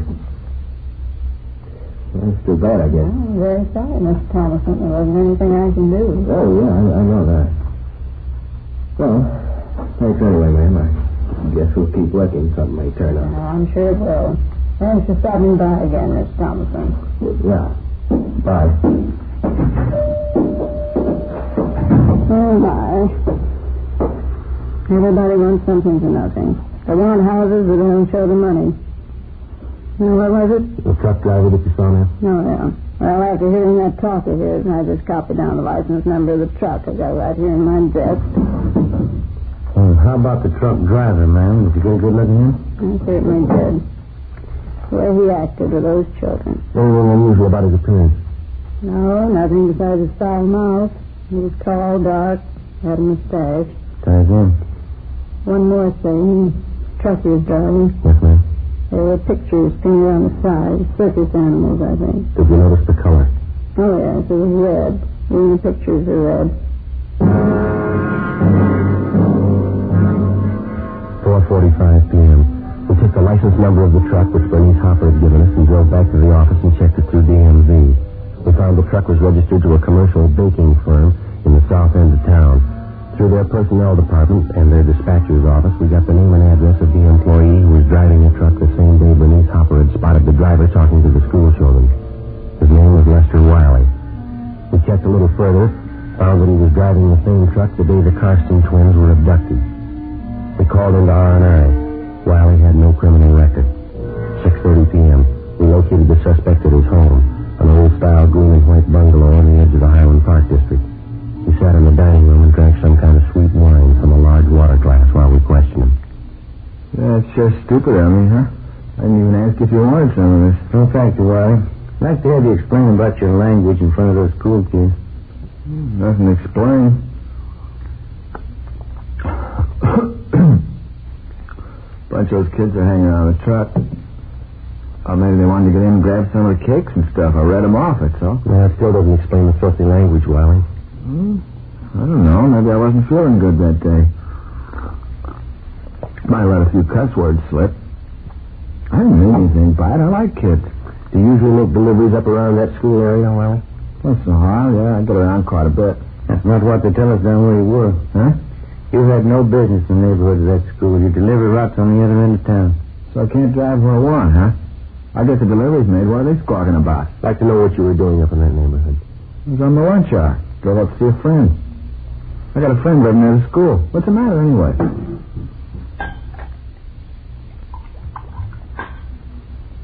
Don't you think you've had enough of this? Look, you're not telling me what I have to do in my house. It's my house. I want a glass of wine, I have it. You're not telling me what to do. All right, Wally, just take it easy. Take it easy, nothing. I talked to you too long enough. There's the door. You're not coming in here telling me what to do. You better get your coat. We'll talk downtown. We're not talking any place. Now, get out. Get out of this house right now. Afraid your alibi's not going to hold up, Warner? That it? I don't know what you're talking about. You're trying to frame me. Don't you think I know that? That doesn't make much sense. Why should we want to frame you? I know what you're getting at. No, just what you're getting at. Those two little girls last week, you're going to say I took them. You're going to say I did things to them. Well, I didn't. It had anything to do with it. Didn't you? Oh, no. No, I didn't. Oh, look, I'm sorry. Why don't you sit down? I didn't mean what I said. Because I just got nervous. Sure, Wally, we understand. Why don't you let me get a couple of glasses, huh? Have some of this wine. Warms you up. Good. No, thank you. Just like to have you straighten us out on a couple of things, and we'll let you alone. Yeah? I'd like to know if you can account for your time between 12 noon and 11 p.m. last Saturday. That's the day somebody picked up those two little girls, isn't it? Yeah, that's right. What? I don't know. I was making deliveries like I always do. Up to 11 o'clock at night? I was a little late, yeah. Nothing unusual, though. That's so? The only working day, so. That's good wine. I might have been near the park where those kids were. Doesn't mean anything, though. I get around quite a bit. A lot of deliveries to make. All right, come on. How about it, Wiley? Did you grab those two little girls? Watch it, Joe.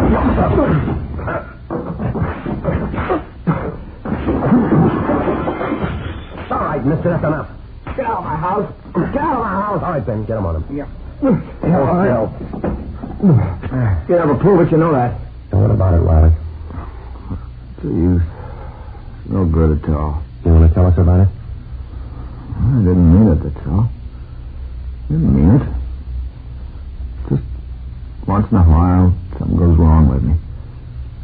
I like kids. Like them too much, I guess.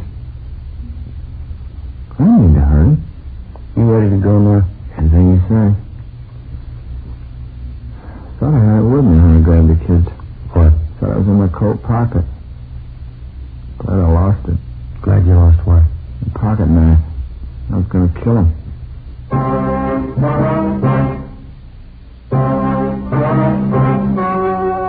story you have just heard was true. Only the names were changed to protect the innocent. On December 10th, trial was held in Superior Court, Department 87, City and County of Los Angeles, State of California. In a moment, the results of that trial. Now, here is our star, Jack Webb. Thank you. Friends, as you might have heard me say before, on Dragnet, we try to present the kind of entertainment that you want. You're the boss. We feel the same way about Fatimas. If you like them, you'll smoke them. It's just that simple. As for me, I like them. But what's more important, I'm convinced that you will, too. Fatimas have a much different, much better flavor and aroma than any other long cigarette. So I suggest that you buy a pack of Fatimas and see for yourself. When you do, I'm sure you'll agree with me and thousands of other regular Fatima smokers. In Fatima, the difference is quality.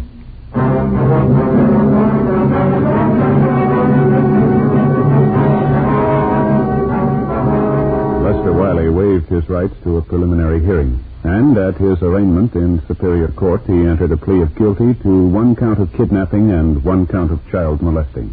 He received the sentence as prescribed by law and is now serving his term in the state penitentiary.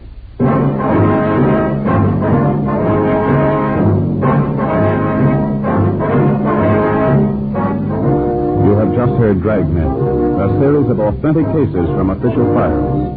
Technical advice for Dragnet comes from the Office of Chief of Police W.H. Parker, Los Angeles Police Department.